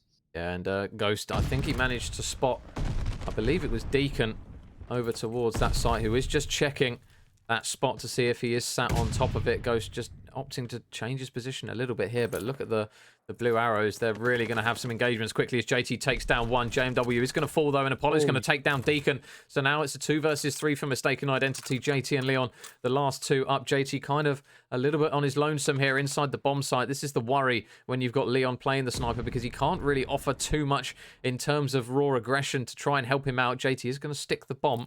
I don't think it's been heard, though. You can see those blue arrows just dipping out a little bit, but now the bomb goes down. JT, it's kind of a position now where, you mentioned it before, I think, was it Vega who was in the corner? You kind of question why he's there, but it's so difficult at times for players to get out, and JT demonstrates exactly that, as Leon is now the last man. They are hopping on the defuse, so he's going to have to try and at least check the bomb here, because they are sticking this quickly. But Zyro, Leon manages to snap onto him, but they do manage to grab the kill, so they will get the defuse. And again, Vitalize, they're going to tie it back up, 4 rounds apiece. And each time they've tied it back up, it's ended up being Leon in a 1v2 or a 1v3, and he just cannot do anything. And this time, obviously, he doesn't have that opportunity to break out of that back warehouse area to grab another gun. He's being watched by Vega. Vega already knows he's over there, and he's just waiting for that moment to push in to that kind of rail cart area and get a really simple kill. And ultimately, with the time left, it doesn't matter if Leon gets the pick or not. So, and again, it's 4-all, and that is probably at the door of Leon and his sniper, unfortunately for the boys from Mystaken Identity, despite the fact that he's gone so big in terms of kills. I think a lot of the time, obviously outside, if you consider that outside of that kind of freaky 3-piece, he would be technically on 4 and 5 right now. And one of those kills was with an AR. So I don't know whether this momentum's going to switch right the way back to Vitalize Esports, but this has been a fascinating encounter regardless, Major. Yeah, and Deacon on that occasion ran into pretty much the whole gang there. A couple are going to drop, though, as JMW is now going to be the last man up, and it's a big kill to try and grab. He's not going to grab it on that occasion. But yeah, the swamp of players from Vitalize over towards that bomb site. Again, the aggression, just being able to push through and know that they probably have the man advantage if Leon is still just playing his lone life over towards that B site. And they're making it count again, Pablo. They're now 1 round away from taking this one, and they've kind of broken serve, I suppose you would say, in terms of finally taking that round, taking the I think it was the attacking round, wasn't it, for that one for them? So Yeah, they've broken serve, and now they're 1 round away from going 2-0 up here in this second best of 5, and they're looking very, very strong. and oddly enough, I think, you know, when you look at what Deacon is producing right now at 2 and 8, this was a map where Ubi did kind of all right as well when you consider that the position they were in last time. It's still pretty close. It's still 5-4. This is exactly the position where we scanned in the previous game, so it'll be fascinating to see how this ends. And another big kill as Vega goes off, but he does get dropped by Deacon there, and that's going to be a huge kill on Apollo, just not with the reactions.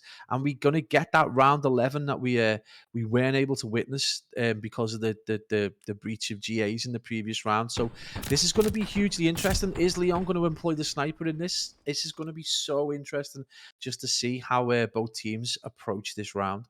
So now this is a case of, do you call a bluff? Do you call a double bluff? The Mystaken Identity just go balls to the wall and just throw themselves at that A bomb site, because it's not really what they've been doing as of yet. But if they do opt to do it, it'll be interesting to see whether or not Vitalize are going to potentially try and make the read here, because it looks as though that might be what they're trying to play for here. You can see this is going to be a head-on clash over towards this bomb site, potentially. You've got so many arrows ready and waiting. JMW is going to be the furthest back, likewise is Ghost, but the doors are now going to start opening up, and Deacon gets the first blood. JMW gets the second. Those are some big kills. Apollo manages to at least get one, and he flies out the window to play his life. So smart play coming through from him. Apollo's going to manage to take down JMW in the situation. So now a 2 versus 3. Vitalize, they don't have control of that A bomb site, and it looks as though Apollo, is he going to try and make the play? He's made the play. He spots Deacon. The shots go in. He takes down one. He takes down two. And Apollo, he's managed to fry them both. It's now on JT to try and clutch up some huge kills coming through from Apollo to give Vitalize another lifeline in this map. So now JT, it all rests on the man that we gas up so much in Search and Destroy. Can he make the play here in the round 11? up against Apollo and Ghost, and I think he spotted Ghost. He gets the pick, so now it's a 1 versus 1, but the time is not on his side. 1 versus 1 against Apollo, and the two players, can they manage to locate each other? JT's just trying to work out where he is. He flies around the corner, and he gets the kill. JT with a huge round for Mystaken Identity as they take it 6-5 in map 2 and keep their series hopes alive, at least for now. 1-1 now, Pablo. S&D God is back on his feet. JT going 12-6 in that game. This is what we've seen in Cold War over and over again. JT going huge in that game. 6 non-traded kills, 12-6 in the bag. And what a huge two-piece at the end of that to secure a 6-5 in what is, again, one of being the most exciting encounters we've seen in Vanguard so far. Huge plays from the big man, Mr. Tizzle himself, going off. That's why we gas him up. That's why we gas JT up, because those moments where you need sometimes a bit of aggression, a bit of composure, JT is just filthy in those kind of moments, and he's managed to claw back what seemed like a bit of doom and gloom potentially from Mystaken Identity. That is a big map in the grander scheme of things. And oh my God, I've just seen Tree Cods in the chat. I thought, Tree mate, where have you been?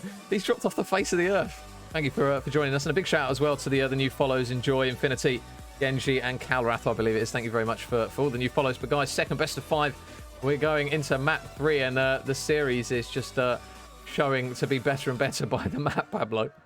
Yeah, it's been a wild ride, man. That first series was just it turned expectations on its head. It completely flipped how we look at Vitalize as a team, and if anything, it completely flipped how we look at Mystaken Identity in terms of their composure and their strategy. I felt they've been a little too rigid, but there we see, like, that is like JT unleashed, you know, like unburdened from maybe. And you know, I think they could have made their life a little bit easier. I think Leon has made it difficult. I think it sucks. I think if anything, the 3-piece in the first round has led to that round 11. I think he's felt confident, he's felt composed with it, and then hasn't really done a great deal. I think he got 2 more kills, or maybe 1 more kill with the sniper and 1 with an AR, and I think that ultimately led their strategy to be a little flawed. But what a hell of a game, and JT comes back to life to bring this series back to life and back on a knife edge. Yeah, and going into map number 3 very shortly, guys. Berlin hardpoint now, so we're staying on Berlin for some more action, and it is turning out to be one hell of a series here between these two in the second best of 5. If you did miss the first best of 5, Vitalize, they reset the bracket. They managed to take it 3-1, and they did actually win the Berlin hardpoint in that series, Pablo. So a very important map here to see if they can prove again why they're so dominant in some of these series.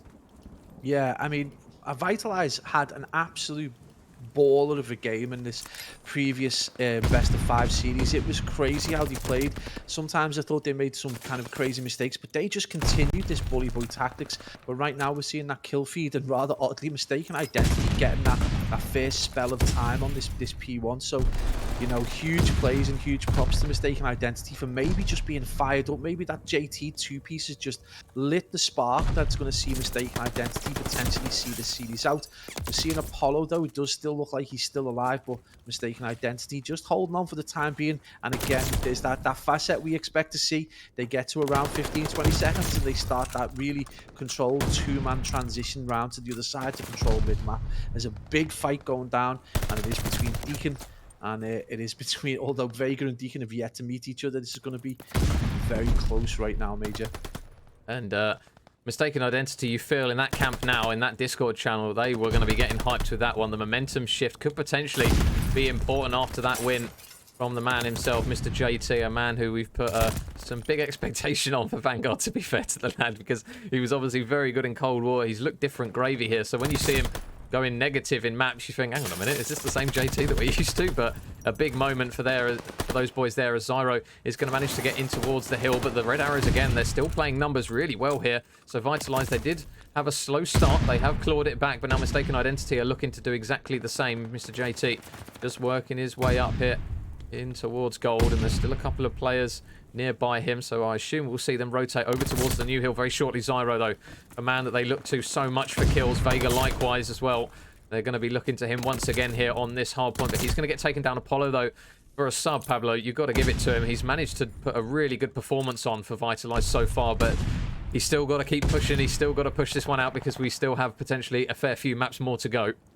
Yeah, absolutely, and you can see just how much kind of like, I don't know what you would call it, kind of attention to detail in terms of, Mistaken Identity hold a lot of stock in getting the back of this spawn. It's so important to them. They committed so many players over to getting it. JMW himself is trying to play that game right now, but I think Vitalize have kind of got the measure of them. They've realized how much men they commit to each hill. I think they know that they're now committing 2 players to each new hill, and they're countering that. And I think if Mistaken Identity do try and compete Oh, in terms of pace, as you can see, Vega absolutely destroying them.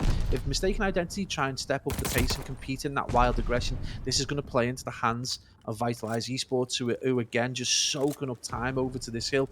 But again, look, they've chalked it 15 seconds, and this is the problem with the hard point in the previous series, that Mistaken Identity just never chow for them last 15 seconds. They would give it up and look to try and get that 40, and each time they're getting bullied off the hill by Vitalize, and it's already looking like a repeat performance right now, Major.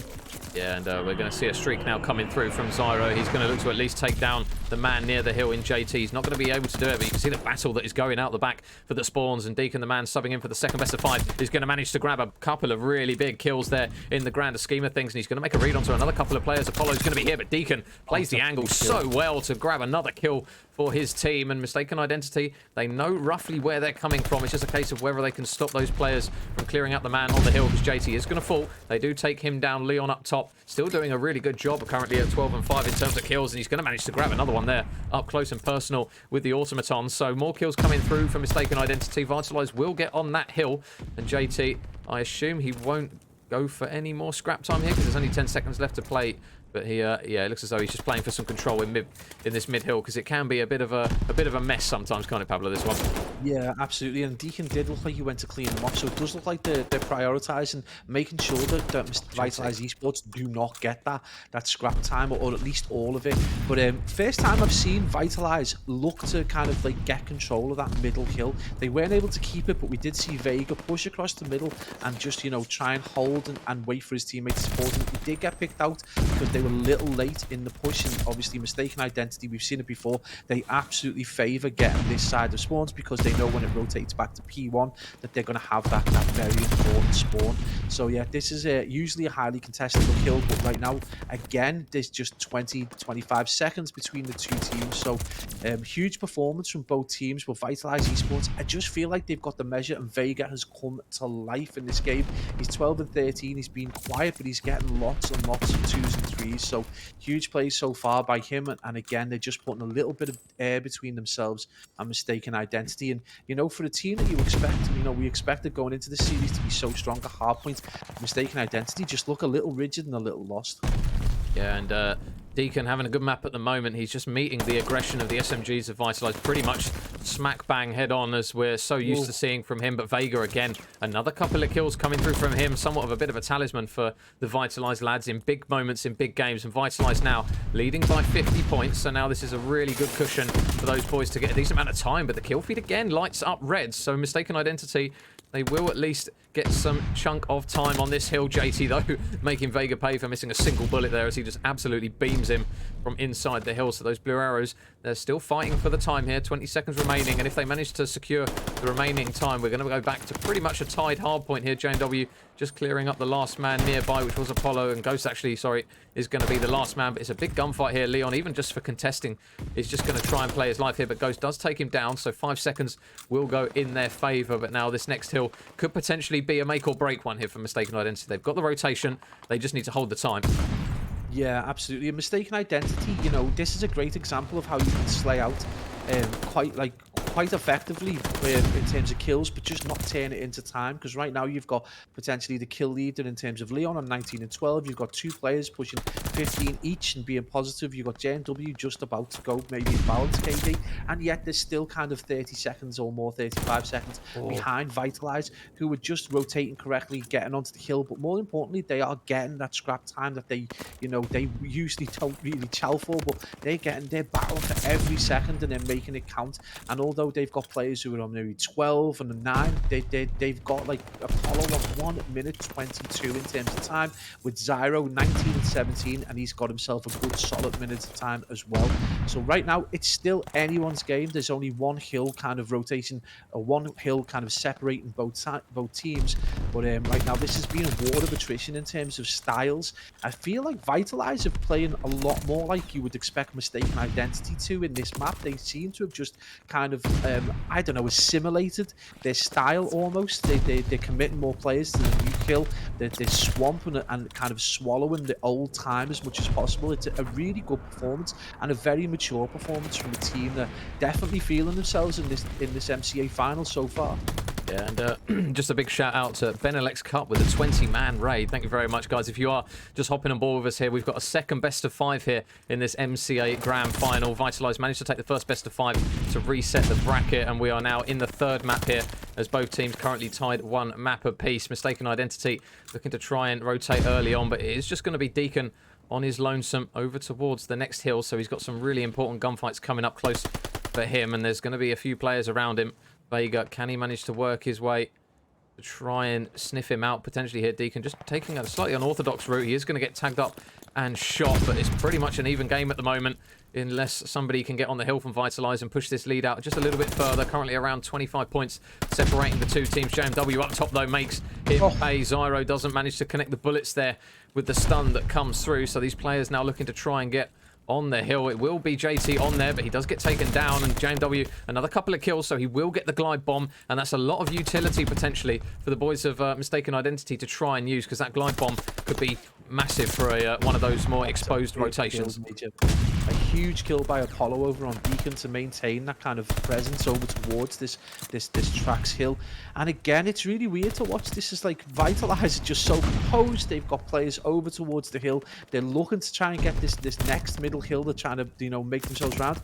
Mystaken Identity was still on old with 9 seconds to go, and that is not what you would expect from a JMW side. They're usually, you know, well into transition. They're usually committing players over to the next hill like they're doing now, trying to get control of this middle building so that they can get some time off what could potentially be, you know, it's usually a very heavily contested hill. So this has been a really weird kind of turnaround in strategies, and again, Vitalize just playing so well. And props again to the Ghost who just plays so consistently. 40 seconds, he's got 20 and 19. We do see the kill feed rather ominously with only 30 seconds between the two teams going the way of Mystaken Identity. JMW looks like he's finally come to life at 24 and 19. We know he went big in that game too, but it does look like he started to go big again in this Berlin hardpoint. But most of all, man, Deacon's performance coming back in for UB when they were particularly down is gone absolutely wild. And mate, I'm going to think this is going to be a 201 195 very shortly. Yeah, and Zyro with a big kill to take JT off there just to stop the rot for the time being, because Mystaken Identity, they're still trailing just by a little bit though as we go back over towards the P1 once again. But again, it's the man that we've highlighted. Ghost is going to be round the back to take down one. He's still looking over towards the hill for a potential couple of others, because there are still 3 players in the hill. But Zyro, can he make the pinch? Round the back he comes. No, Leon shuts him down. JMW keeping an eye over towards the side where Ghost was coming from, chops him down and says, absolutely not, mate, I'm watching that lane. And Jack, this is the position that you want him to be in. Another 5 kills in a row for him as Ghost is going to fly through, but that time War manages to beam him off the head. He Mystaken Identity though with a considerable amount of time on this hill, and again Zyro is going for the route that he tried to work the last time. It's not going to pay off on that occasion as the players exchange tacticals left, right and center. Vega with another couple of kills, 20 seconds still remaining. Deacon, this is some big contest time if he can get it, but it doesn't look like he's going to be able to. So with that 15 seconds remaining, Pablo, this is going to be very important for Mystaken Identity to try and hold this rotation. But again, the kills are blue and the rotation looks to be in for the boys of Vitalize. Absolutely, and Vitalize again, just the bully tactics to get the remaining time. The kills have gone their way. Apollo and Zyro going absolutely massive. We got Vega 30 and 31, and there is plenty of time for them to do this, but do not write Mystaken Identity off as they jump back into that hill. A huge fight about to go down. Leon needs to get this kill, but he does get dropped, and it's Apollo and Zyro back in the hill. This has been a war of attrition. This has been a battle of the beasts over towards this crazy ticker hill, but just which way is it going to go? With 239 to 220 21. The contests are still in as the kill feed goes blue and red. Leon and Deacon again with really important kills to bring this almost back to level. You know, they can take this from this point, and this is going to be huge now, and you're going to be relying on Deacon in the middle and number 7 right there, JMW, this team leader, needs to get these picks. And as I say that, Zyro's going to jump in, gets a huge kill to get back in Major. This is insane plays. Oh my god, Apollo, he's managed to get near the hill. Mystaken, they can't win off of the hill, but they can get so close to it. And that's a big kill from Apollo to at least take the man off the time. And he gets a second as well onto Deacon. And Vitalize, they've got the rotation. Those red arrows, look how far away they are spawning. Vitalize, although they almost let it slip, it's surely going to be a red arrow hunt here to try and get the man out the hill. And I don't think they're even going to be able to touch it. And Vitalize, they are going to take the map here in another close hardpoint, Pablo. 250 to 242, and they lead 2-1 now. Man, I need a drink of water because that was wild. A wild hardpoint all over again.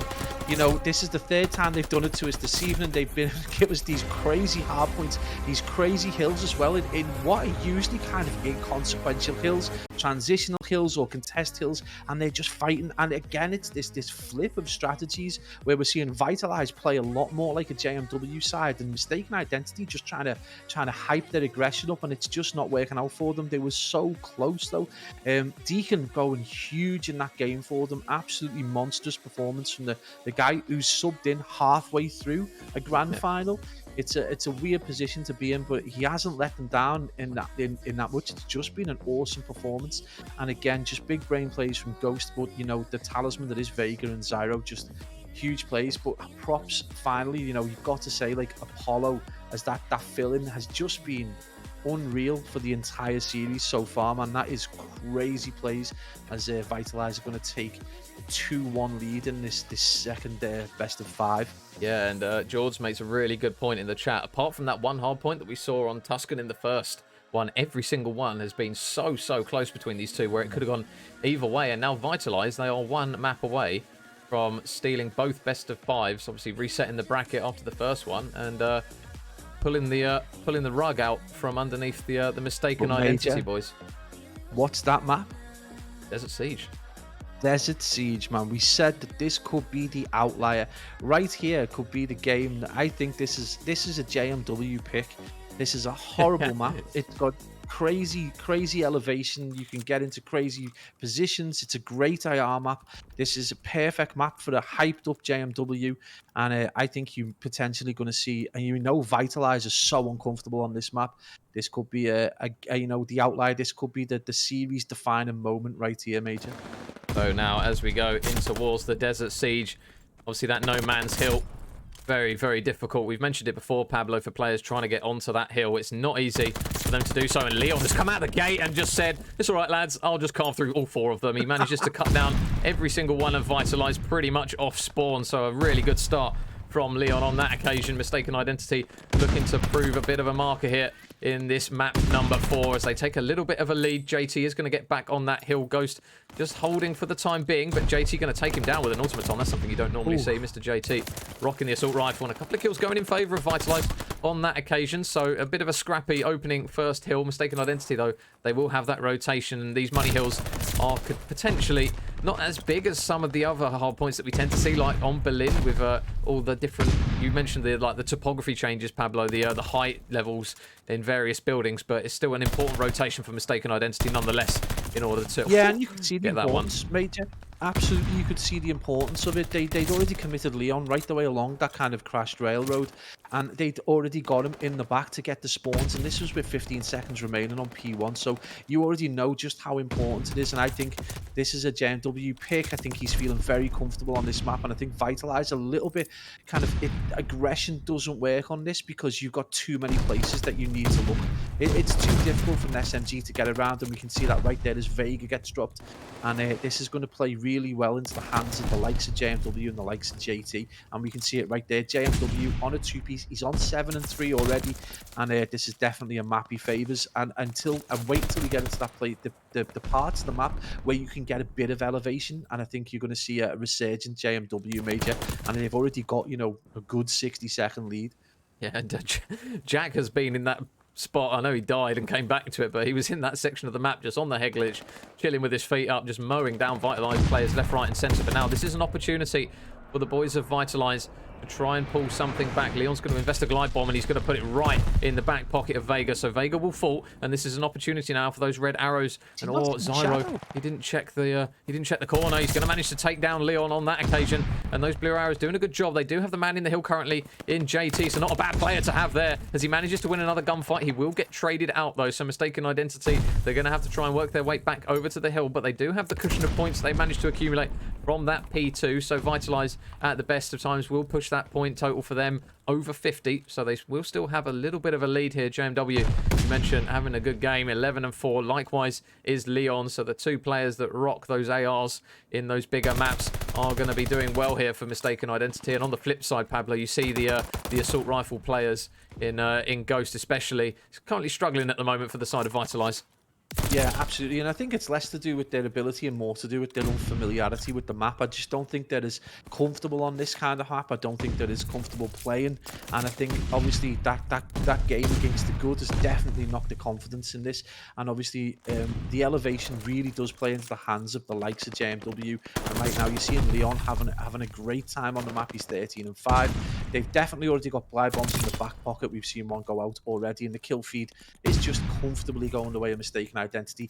You know, Vitalize did really well to hold on to what is a reasonably difficult hill to get into anyway. The routes to it are difficult. It requires mantling and the kind of animations that stop you from being able to use your guns quickly. So yeah, they're doing okay, but again, this looks like a reversal. Like, this is Tuscan but from Mystaken identity all over again. Yeah, and JMW there just whipped onto the face of Apollo there to take him down with the sidearm. Leon, he's still going strong. He just seems to put streaks together time after time. Whenever there's a glide bomb on the side of Mystaken identity, you're probably better off banking on the fact that it's from Leon, because JT as well is going on a tear, and Mr. Tizzle is frying at the moment as he's managed to put 3 in a row. 10-7 for him, and Mystaken identity are putting Vitalize to the sword here at the moment as JT is leading the charge alongside a couple of the other lads as they are slaying out left, right, and centre. And Vitalize, they need to stop the rot here, Pablo, because this is getting out of hand, and it's getting out of hand quickly. The elevation's just not allowing the aggression. The fact that there is multiple levels, the fact that they've got to mantle and kind of go these odd routes does not play well for fast SMG players. So you immediately cut out the likes of Vega and Zyro, 8-15 and 8-11. And when you've got your ARs not performing, particularly probably your star player of the series in EU Ghost, who's 7-14, they've got no time at all, basically rocking like 63 seconds.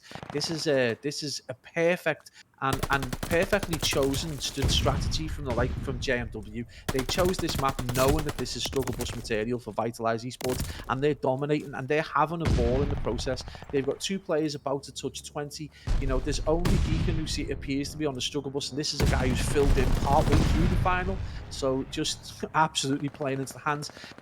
I would suggest that it could get out of hand, but you know, this P1 is there now. Mystaken identity are probably in the preferred position. You know, they have got to bully a little bit to get onto the kill, but I think they might consider even giving up this hill time just to maintain that control for P2. Yeah, and Mystaken identity now with a sizable cushion, still going strong. JT just lurking near the hill. They do manage to take Ghost off of it, but look at those blue arrows going round the side. It looks as though Deacon, has he made the read? He's going to at least potentially try and take down one, but he's not going to be able to take them down. So you can see the instant retaliation here from Mystaken identity to send a few players to block this side of the map. Zyro going to try and work his way through. Can he get some good timing? No, JMW again with a huge kill from him. Him and Leon are just not giving the SMGs of Vitalize a split second to even cross the map at times, as another kill comes through for him. Deacon manages to grab one as well. Mystaken identity. I mean, when you look at Deacon, he's just chilling. He's 9-18, and every single one of the kills seems to be his ARs. JT obviously had that short spurt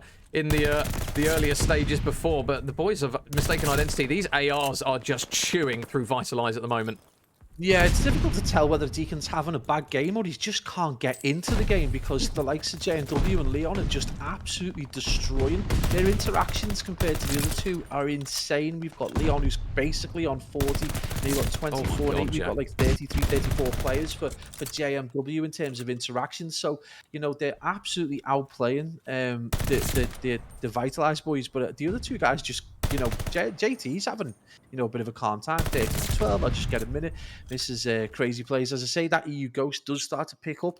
It is 212-95. So right now it's an embarrassing scoreline if you're Vitalize Esports. But we did say this map 4 could be the outlier, and this is going to take it potentially to that map 5. What a decision by JMW or JT, whoever made that, is the big brains right there, and absolutely huge plays. And it just goes to show how important thinking outside of the game that you're actually playing and understanding that the team that you're about to face and their weaknesses and strengths plays a part. And these guys are about to potentially, you know, save themselves in what was about to be an embarrassing double defeat in a two best of 5 series.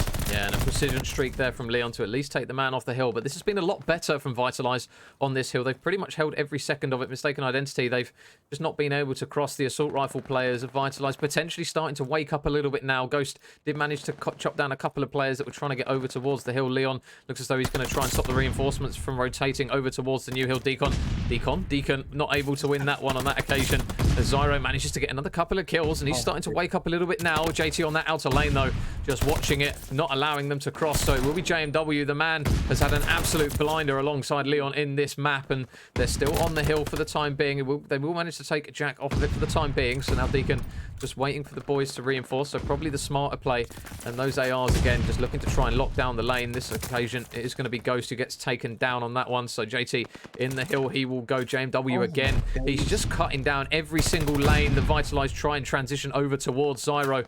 He's just going to try and at least get in to take JT out, but JT has absolutely none of it. Vega will fly through, but again, the trade is there from Leon, and 20 seconds are going to remain here for Mystaken Identity on this hill, but there's still time for them to win it. They do get Deacon back on the hill, and he wins a big gunfight, and those blue arrows now are going to be hitting the panic button because they need to get on the hill. Deacon needs to be careful, though, not to get off of it. This is a big gunfight against Vega. He wins it. There's no one nearby, and I think Mystaken Identity are going to push it to the game 5 in the second best of 5, and they are going to do exactly that, Pablo. Big brains outside the maps. They chose the perfect map 4. That is such long-term thinking right there. To pick that Desert Siege, knowing how strong they'd be on it. And who goes big at the end? The player who's massively been on the struggle bus throughout the whole game. It's Deacon. He's like 15 and 12. He ends up being 15 and 24. But you got the 3 most important kills, and they're not throwaway kills. That's stopping the opposition from being able to touch that hill and let them get that final 12 seconds. Huge plays from the secondary sub in, I guess you would call him, into the team. But huge moment there from Mystaken Identity, and it just goes to show just how important your long-term strategy is into succeeding. And they've given themselves every opportunity, albeit the final opportunity, to potentially stop this vitalized juggernaut that's rolled over them so far. Yeah, and that was a very convincing map there from the boys of Mystaken Identity. I'll double check with those boys after if they picked that map, because if they did, that was a big brain play from those boys, and yeah, we've got 100%. Exactly what we wanted from this grand final, Pablo. It's gone to the second best of 5. It's going down to the wire. I mean, I'll ask you the question. It's Bocage Search. So who are you going with? Because after that map, the boys of Mystaken Identity, they are going to be feeling themselves. Just flip a coin. I have no idea. This is an S&D on Bocage. I mean, it's TDM. Do they need to get the bomb? Is there any point in picking the bomb up? Let's be honest. It's a wild map. Everyone's going to go to the same bomb site over and over again. No one's going to transition over. It's going to be 6 players down within 15 seconds of the map starting. So I suppose going into that, if you're Mystaken Identity, knowing just how quickly Vitalize play, and we've seen them do this before, and they did it in the previous series they played in the winners final, where they just took their foot off the gas and they slowed things down, and it really cost Vitalize in the end. So I would expect to see a more cautious approach from Mystaken Identity. What would be interesting is please find out who picked that, because if Vitalize picked Desert Siege, oh my days, they need a coach. They need a coach to say, no, please don't pick that. Please don't pick that. Well, I mean, as far as the maps have gone so far, the only one-sided map has been Vitalize's. Everyone's pretty much been close. So they probably, if they did pick it, thought, well, we've been doing all right on Desert Siege. And then they just ran into the train that was JMW and Leon running the assault rifles, because they looked so comfortable and convincing on that map as we go in towards our final map of the grand final, guys. Bocage, Search and Destroy. And it's going to be another action-packed one, Pablo. Man, I do not know where this is gonna go. A Bocage S&D to end out. This is the round 10. The team that takes this takes everything in the MCA Grand Final. This has been wild, and we're about to see these two teams go absolutely head to head. Leon is carrying on from that previous hard point, and he's going to get that first blood. He's already trying to wallbang players. That destructible environment still playing havoc, and it does look like they are not quite working out as they should do. But right now, that first blood going away of Mystaken identity, and they're going to get this kind of semi-control, but it's going to be difficult. It's going to be a wall of attrition over towards this lower grannies. Huge play by Zyro, who's carried on that performance. He does get dropped though, Major, and it's going to be a 2v2 going into the last 48 seconds. Yeah, and Deacon's done a really good job there to retrieve bomb, get out with his life, because that A bomb site is one that you can get trapped into. Vega looks as though he's going to be trying to work his way around the back here, and he might get some good timing onto Deacon. So there's a freebie, and now it's going to be on Jack, the man who had such a good map in map 4, isn't going to be able to get that one. So first blood is going to go in favor of Vitalize in the grand final, game 5. Yeah, I would suggest that maybe as much as JMW is a talismanic figure for Mystaken identity, probably not the most ideal player to have left in a 1v1 or a 1v2. He can be quite static as a player. Probably better to maybe have Leon or JT, but huge plays by Vitalize Esports, very composed, and played to the strengths again, kept it close quarters, and then you see Vega just doing that wrap and Zyro going off with the two kills there. It's wild. I mean, the predictions are out the window at this point, Major. So Zyro, man in charge of bomb, a man who is not shy of any engagements on this game, and JT just lurking around the corner, and he might get the first blood here onto Apollo. Oh, shot's a little bit shaky there from JT. He isn't going to get the kill, and Zyro makes him pay for it as he takes him down. Deacon going to look to try and fly in, and it's turning into a bit of a Zyro show here as he's now 4-1. Vega as well, and this is the map, Pablo, that we say these two perform so well on for Vitalize consistently. Those two SMGs, they just love Bocage, and they're showing it again here at White. Yeah, absolutely. It's the perfect size for them. There's lots of close quarter combat. There's lots of small areas. It's really difficult for ARs to support their SMGs because of the way that the buildings are built and the way that the lines are built. So it really does kind of make it so that if you've got one of those crack players that does well on their own, or one of these pub players that can drop 100 kills, doesn't need support, then they're going to prosper. And right now you're seeing Vega and Zyro very much those kind of Rambo style players that go big, going big in this S&D, and this is why I don't like Bocage S&D, because it's TDM with a bomb basically. So Deacon, him and his boys again, they're going to prioritize that A bomb site. So we haven't seen anyone commit anyone over towards the other side, over towards B. Zyro and Apollo just lurking near by each other, and you see Ghost just on that outer lane. He's looking for that first pick, and he's going to get some shots in. Deacon going to look for the trade, and Deacon makes him pay. He manages to grab the first blood, this time in favor of Mystaken identity, so they now potentially have an opportunity to get the bomb down. They're just baiting to see if players are hearing it, and again Zyro, he's doing exactly what he did last time, launching the nades in. They fly. JMW, there is nothing he can do about that one as he catches 2 nades right to the face. Brilliant coordination once again from the Vitalized lads to now make it a 3 versus 2 as JT manages to take down Apollo. Leon manages to grab another one, and now Vega left in the 1 versus 2. This is a really big round here for Mystaken identity. Yeah, Vega very much in the position he likes to be in, kind of on his own, looking for some picks. Very quick play. I do think the caution of the boys. Oh, he has read that though, but he's managed to dip, and this could be a problem. If you are Vega, they kind of know where he is, and you're going to look at probably two reasonably smart players, and JT and Deacon should be able to see this out, and I think he's going to get shot in the back. And that is going to be round for Mystaken identity again. Vega does prefer to be in that position. He's a very agile player, but I think there's just too much nous in the boys for Mystaken identity to allow that to happen. And Mystaken identity get one on the board, mate, which is what we wanted to see in this crazy finals. Yeah, and it was a very important one for Mystaken identity. If Vitalize go 3 up in that situation, you might be thinking, oh, hang about here. This is getting a little bit out of hand. But Vega, Zyro, you see it there, 4-1, 4-2. They are doing exactly what we expect them to do on this map here. So Vega and Zyro, where are they going to opt to try and work this one on this occasion? Vega just working his way down the right-hand side here. So again, there's going to be another engagement over towards Grannies and Leon. Another important first blood for Mystaken identity now. So they're playing it a bit more carefully here. They're just allowing Vitalize to push through with aggression. They're saying, okay, send the bodies in, and we'll try and get the trade at least. So they do manage to get the first blood, but now Vega, he's managed to work the lane, and this is exactly what the timing sometimes benefits as he manages to take down one. The trade again is going to be there, though, this time from JT. Zyro is now still lurking outside with the bomb. And I think Deacon got a bit of information there on the location of Ghost. Stun goes around the corner. Zyro still lurking up top here. And again, he's managed to get a lane. Takes down one. Deacon, he just spotted him just when he pulled out of the zoom. So he's not going to get the pick on that occasion. 2 versus 2. Deacon and JT up against Ghost and Zyro. Bomb is going to go down. Has JT heard it, though? Has he heard it? He's going to fly through and he's going to get a freebie. JT, the man of so many search moments. He can't quite get the second, though. So now it's a 1 versus 1. Deacon, Ghost, who is going to spot each other first here. And I think Deacon's going to come out with the win. And he is. So he's going to manage to get the kill. He's going to get the defuse. And we're back tied up in the game 5. What an insane round. It's a complete juxtaposition to the way we see these normally play. Awesome route from Vega. He unfortunately does only get 1 kill, but he manages to make his way right the way through into the center of Granny's from their spawn without being spotted, without any interaction, and could have wreaked havoc.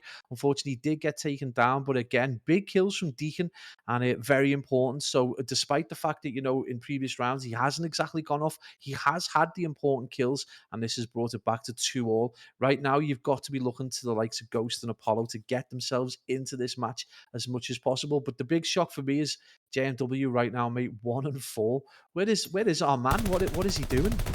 Yeah, it's just a map where as an AR, you just think, where do I go? Because there's so many opportunities for players to run through a lane and shoot you in the back. So the positioning this time of Ghost is going to pay off as he takes down JT. So now a 3 versus 4. First blood this time goes in favor of Vitalize. So they stop the 2 rounds in a row, where Mystaken Identity managed to grab their first blood. Leon just still waiting for that re-peek up in the top of Granny's. Going to manage to work his way up here. And this is a really important position here for Leon. If he checks this right-hand side, he's going to get a freebie onto Ghost. And Zyro's just underneath him. Is Leon going to check his right-hand side? So many players around him. It's just a case of checking where they are. And can those players be located? He spots Vega. He takes down one, and he's going to retreat up towards top Granny's again. Ghost, I think he might have spotted his head there, though. The play, though, coming out from Apollo might be a bit of a game changer here. I don't think they're expecting it. What on earth was that? What? That was a bit odd. Yeah, I'm not quite sure what odd. he saw there, but he panic shot something. Did Apollo, and the bomb is now going down as Ghost flies through, but now last man up is going to be Apollo. It's a 1 versus 1 up against Leon. Leon just trying to bait. He doesn't have a nade on him. Bomb goes down. Leon somehow gets away, and it's good movement from him to at least get out of the situation, but he's been spotted climbing up the ladder, and Apollo gets the kill. Oh, That's man. wild play, man. Apollo, you know, was so far out on the side of the map. He didn't transition for ages. He came round the flank at the very end of the map. Has this weird reaction. I don't know whether he's got that glitch where you kind of like, you can see like the top bit of the red of the name sometimes because of the way the destructible environments or the walls work. He kind of shot randomly. And then he's got so fortunate. What was Leon thinking going up the ladder? The slowest possible animation.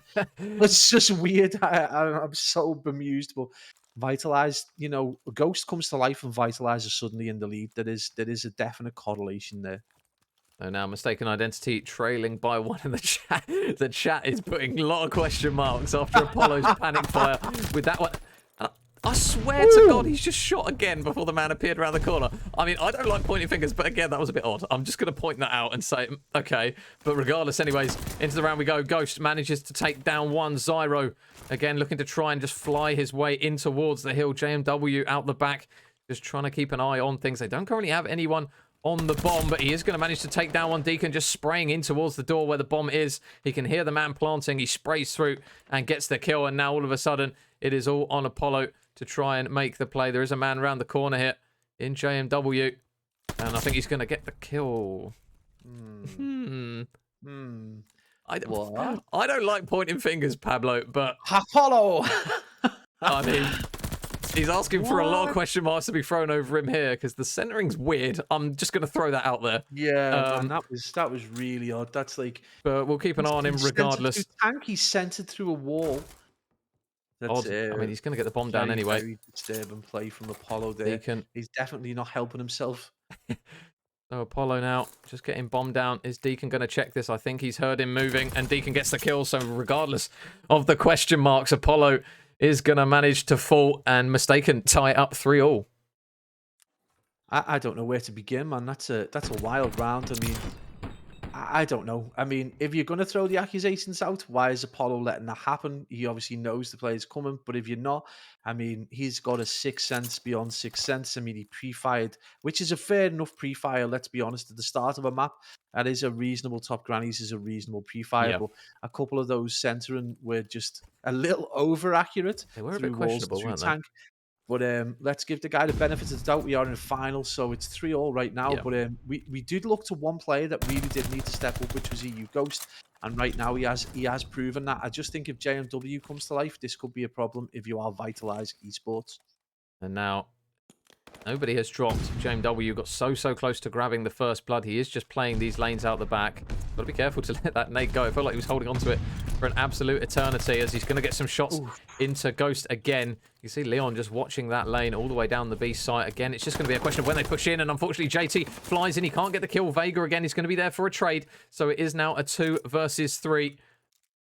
And now Leon and JMW, the last two up. We can see at the back there, we've got Apollo again in this long flank that he goes all the way out to watch players, and then he slowly but surely comes back in. And this is the place that Vitalize love to be in. They want to be in this close quarters area. This is a perfect bomb site for them. And again, I think the advantage is with them, but he do get dropped. Jack! JMW with 2 massive kills. That's so important. And it's going to be Ghost versus JMW Major to see this this round 7 out. He needs another big kill though, because it's now a 1 versus 1. He will get the bomb down. Can he get the timing here? Goes to potentially spot where Jack is going. 1 versus 1. AMW just hiding round the corner. You're going to try and bait it out here, Ghost. He's just checking everything, every corner. And he spots JMW. There's a free kill. Ghost is going to get the kill. He's going to get the defuse, and Vitalize are going to regain the lead. I said it before and I'll say it again, man. JMW is probably not the person you want in a 1v1 or a 1v2. He's such a good leader. He's obviously got a big brain, but he is a reasonably immobile player. He obviously does prefer to be posted up, just absolutely nailing kids with that accuracy. But again, just tends to stay a little immobile. So not the player you really want in that round. Kind of deciding encounter, but it is Ghost again over the player that we said needed to step up, and look at that, he's 7-4, and Vitalize are 2 rounds within touching distance of the MCA grand final victory. Yeah, and Vitalize now only 2 rounds away from completing this series. I hope it doesn't get tainted by any sort of finger pointing, because obviously we do want to give players the benefit of the doubt. And obviously you mentioned pre-fires are a thing in Call of Duty. A lot of players will be very quick to point the finger at certain people, but we don't want to be in that situation. Obviously Apollo, haven't seen anything bizarre from him up to this point, so it'd be odd to do it again and just start finger pointing in this position. But yeah, it's just going to be now a position where he's going to manage to take down another kill. So it is now a 2 versus 3. JT, JMW. Now the last guy's up. That's really odd. Sometimes you've got to wonder when someone centers like that. Now again, we're in this JMW 1v1. The most immobile player probably against the most mobile player in the game. Vega is going to relish this position, but never underestimate the brains of JMW. I think he's potentially, going to be a player who could, I don't know if he can just think and just keep himself mobile. This could be a moment. He must Did he have spot seen the foot? I don't think he spotted the foot, Pablo. I don't think he spotted Vega's foot through the wall. Doesn't look as though he has. Vega, if Jack runs through this gate, it is going to be curtains in this round. Is he going to check this corner? Vega gets the timing to perfection, and he gets the kill and Vitalize. 1 round away from taking the second best of 5. Oh man, match point. This is going to come down to the composure of Vitalize right now. They're so close. I mean, you're going to be talking about a 10th game in the evening. The hands are going to be sweaty. The comms have got to be on point. This is probably, the most difficult, game to win right here is this match right now. Mystaken Identity definitely got an opportunity, but they need to stop leaving JMW and them 1Vs. So now, Vitalize, they are on the brink of taking this series. Mystaken Identity are going to send everyone over to the A site once again. Apollo is just going to be on his lonesome watching that left-hand side of the map, and the first blood goes in favor of Ghost. That's a huge kill coming through for Vitalize. So now 4 versus 3, and it could potentially get messy over towards the A bomb site. Nobody currently on the side of Mystaken Identity anywhere near the B site, so there is an option for a wrap, and Zyro manages to drop Deacon. So now a 2 versus 4. JT and Leon, they are going to have to pull their finger out here for the boys, because this is going to be such a difficult position now to work their way in towards the site. Apollo, That's odd. Yeah. It's weird. I don't like to do it, but it's weird. Yeah, it's a little odd. I mean, it's difficult sometimes. I mean, obviously he's going to be watching, areas where players might be, but his centering's been off. I mean, maybe you could argue he's just, you do tend to just occasionally look into a doorway or a wall as you run just to make sure no one's behind you. Obviously, when you turn, your peripheral Oh, and vision that's could be it. to the right, but Vitalize with a pretty big win right there, 6-3, man. I'm completely blown away by the performance over those 10 rounds, and I don't know whether that weird plays kind of just weirded the game out a little bit at the end. Yeah. Listen, I do not like pointing fingers at players. I think there is a big ease to throw people under the bus with clips, even if there's Absolutely. not many of them. That was just weird. I don't know. It could have been one of those games where it's just like it all lines up and it just looks weird. But it was just odd. It's just odd. Yeah. Like, I know you get those moments. Obviously, congratulations to Vitalize. They are going to take the series 3-2 in the second best of 5. It's just odd. It's just weird. It could just be one of those moments. We all have them. It's just, I don't want to tarnish what is a very good performance from Vitalize fundamentally, because awesome. Vitalize. you cannot write them off. Vitalize have completely changed our expectations, what we expected from them from the start. They absolutely blew us away in that first series. It was unreal, 3-1 in some of the maps that you would expect Mistaken Identity to do really well. But the likes of Vega just toe to toe. He's toe to toe with everyone. Like, even when he was playing the good, he was still the player going, getting the big kills, actually getting double figures. So as a performance from himself and Ghost in particular, who had an awesome performance right the way through, and we highlighted him as potentially being the make or break player for Vitalize from the outset. He was just on a different level. He dropped over 40 kills in the first map in the first series, and then just from then on, he's just been absolutely consistent, and it's really made the difference. And I think if Mistaken Identity hadn't have been so sloppy and so rigid in the first series, they potentially obviously would have taken that series a lot better, but they just were never able to kind of respond to the aggression of Vitalize in any kind of coherent manner.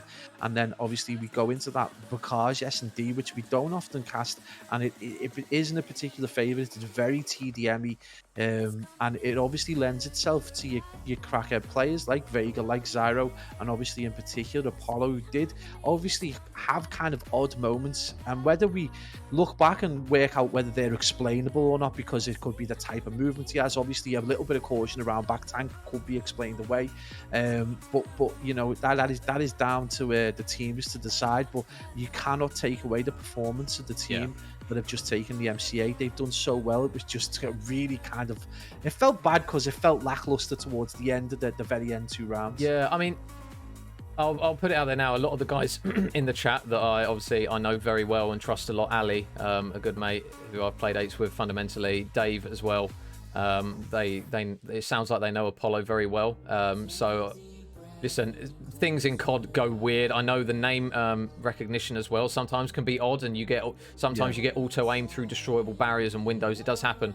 Listen, we're not pointing any fingers at that. You cannot take anything away from that Vitalized performance, because they had to do it in 2 best of 5s, Pablo, from a Mistaken Identity 100%. roster that is stacked with talent. So it's one of those where, listen, things go weird in COD. It's one of those. I'm not calling anyone out. Consider is that we know CODcaster's broken, we know the game's broken, and we know for a fact there are points where you can, look at a certain angle and you can still see names through walls. You can still see names partially through especially through broken. And I don't think the collisions are correct in the game. I don't think the textures are 100%. The attention to detail in the game is shocking. It's really right the way throughout the game. I've gone down as deep as like looking at each of the intros to the game, and the intros to each map are completely different lengths. They're completely different styles. They, even when they fade out, they've got like different maps behind the fade that probably weren't meant to be there. The attention to detail is terrible. So these little things happen, and we do not want to take anything away from Apollo. He's had an absolutely, we said this was the battle of the pickups, and he's had an absolutely awesome performance throughout the whole tournament. And a massive hats off to Vitalize, who just broke the expectations, broke our fundamental thought processes on them, and played really, really well. And we said from the start when we first cast them, if they can stick together and get a good foursome practice, they can go and do good things, and they've proven that right now. Yeah, they are 100% there. It takes two good teams to make a hell of a series, and congratulations there to the boys of Vitalize. They will be coming out victorious in this grand final through two best of five. So the mountain was there to climb, and they've reached the summit of it. So fair play to those boys. And just while we have a look as to someone we can raid, I don't know if I've got we'll give Mr. Stevie Douglas a raid if he is streaming, obviously with the issues that he's had prior and stuff. So it'll be a great opportunity to show him a bit of love as well. So a huge thank you to everyone who has tuned in for this grand final. So there's over 100 of you guys. It hit, I think, 140 viewers at one point, Pablo, which is absolutely mental. Yeah, on man, a awesome. Thursday evening with two guys who just like talking over Call of Duty. What a So community, mate. Absolutely best community in esports, and it's never going to be doubted. And probably the most difficult esport because it changes year on year. It's absolutely, no other esport in the world has to deal with the shit that Call of Duty has to deal with. Call of Duty players year on year, they're totally different. The mechanics are different. The maps are different, and people just don't appreciate, how crazy it is. And this is definitely the wildest in a beginning to a Call of Duty. So hats off to our community to trying to stick it out. And not many other kind of FPSs in particular have got Warzone to deal with, zombies, all the other Yep. things that kind of detract almost from the competitive scene. So hats off to everyone for coming out up till 11 o'clock on a Thursday evening to watch what has been a spectacular final. And apologies, honestly, we didn't mean to kind of you've got to point out your gut feeling at the end of the day. Yeah, You can't if lie something as a looks on, you caster. just go, "Oh, that's weird."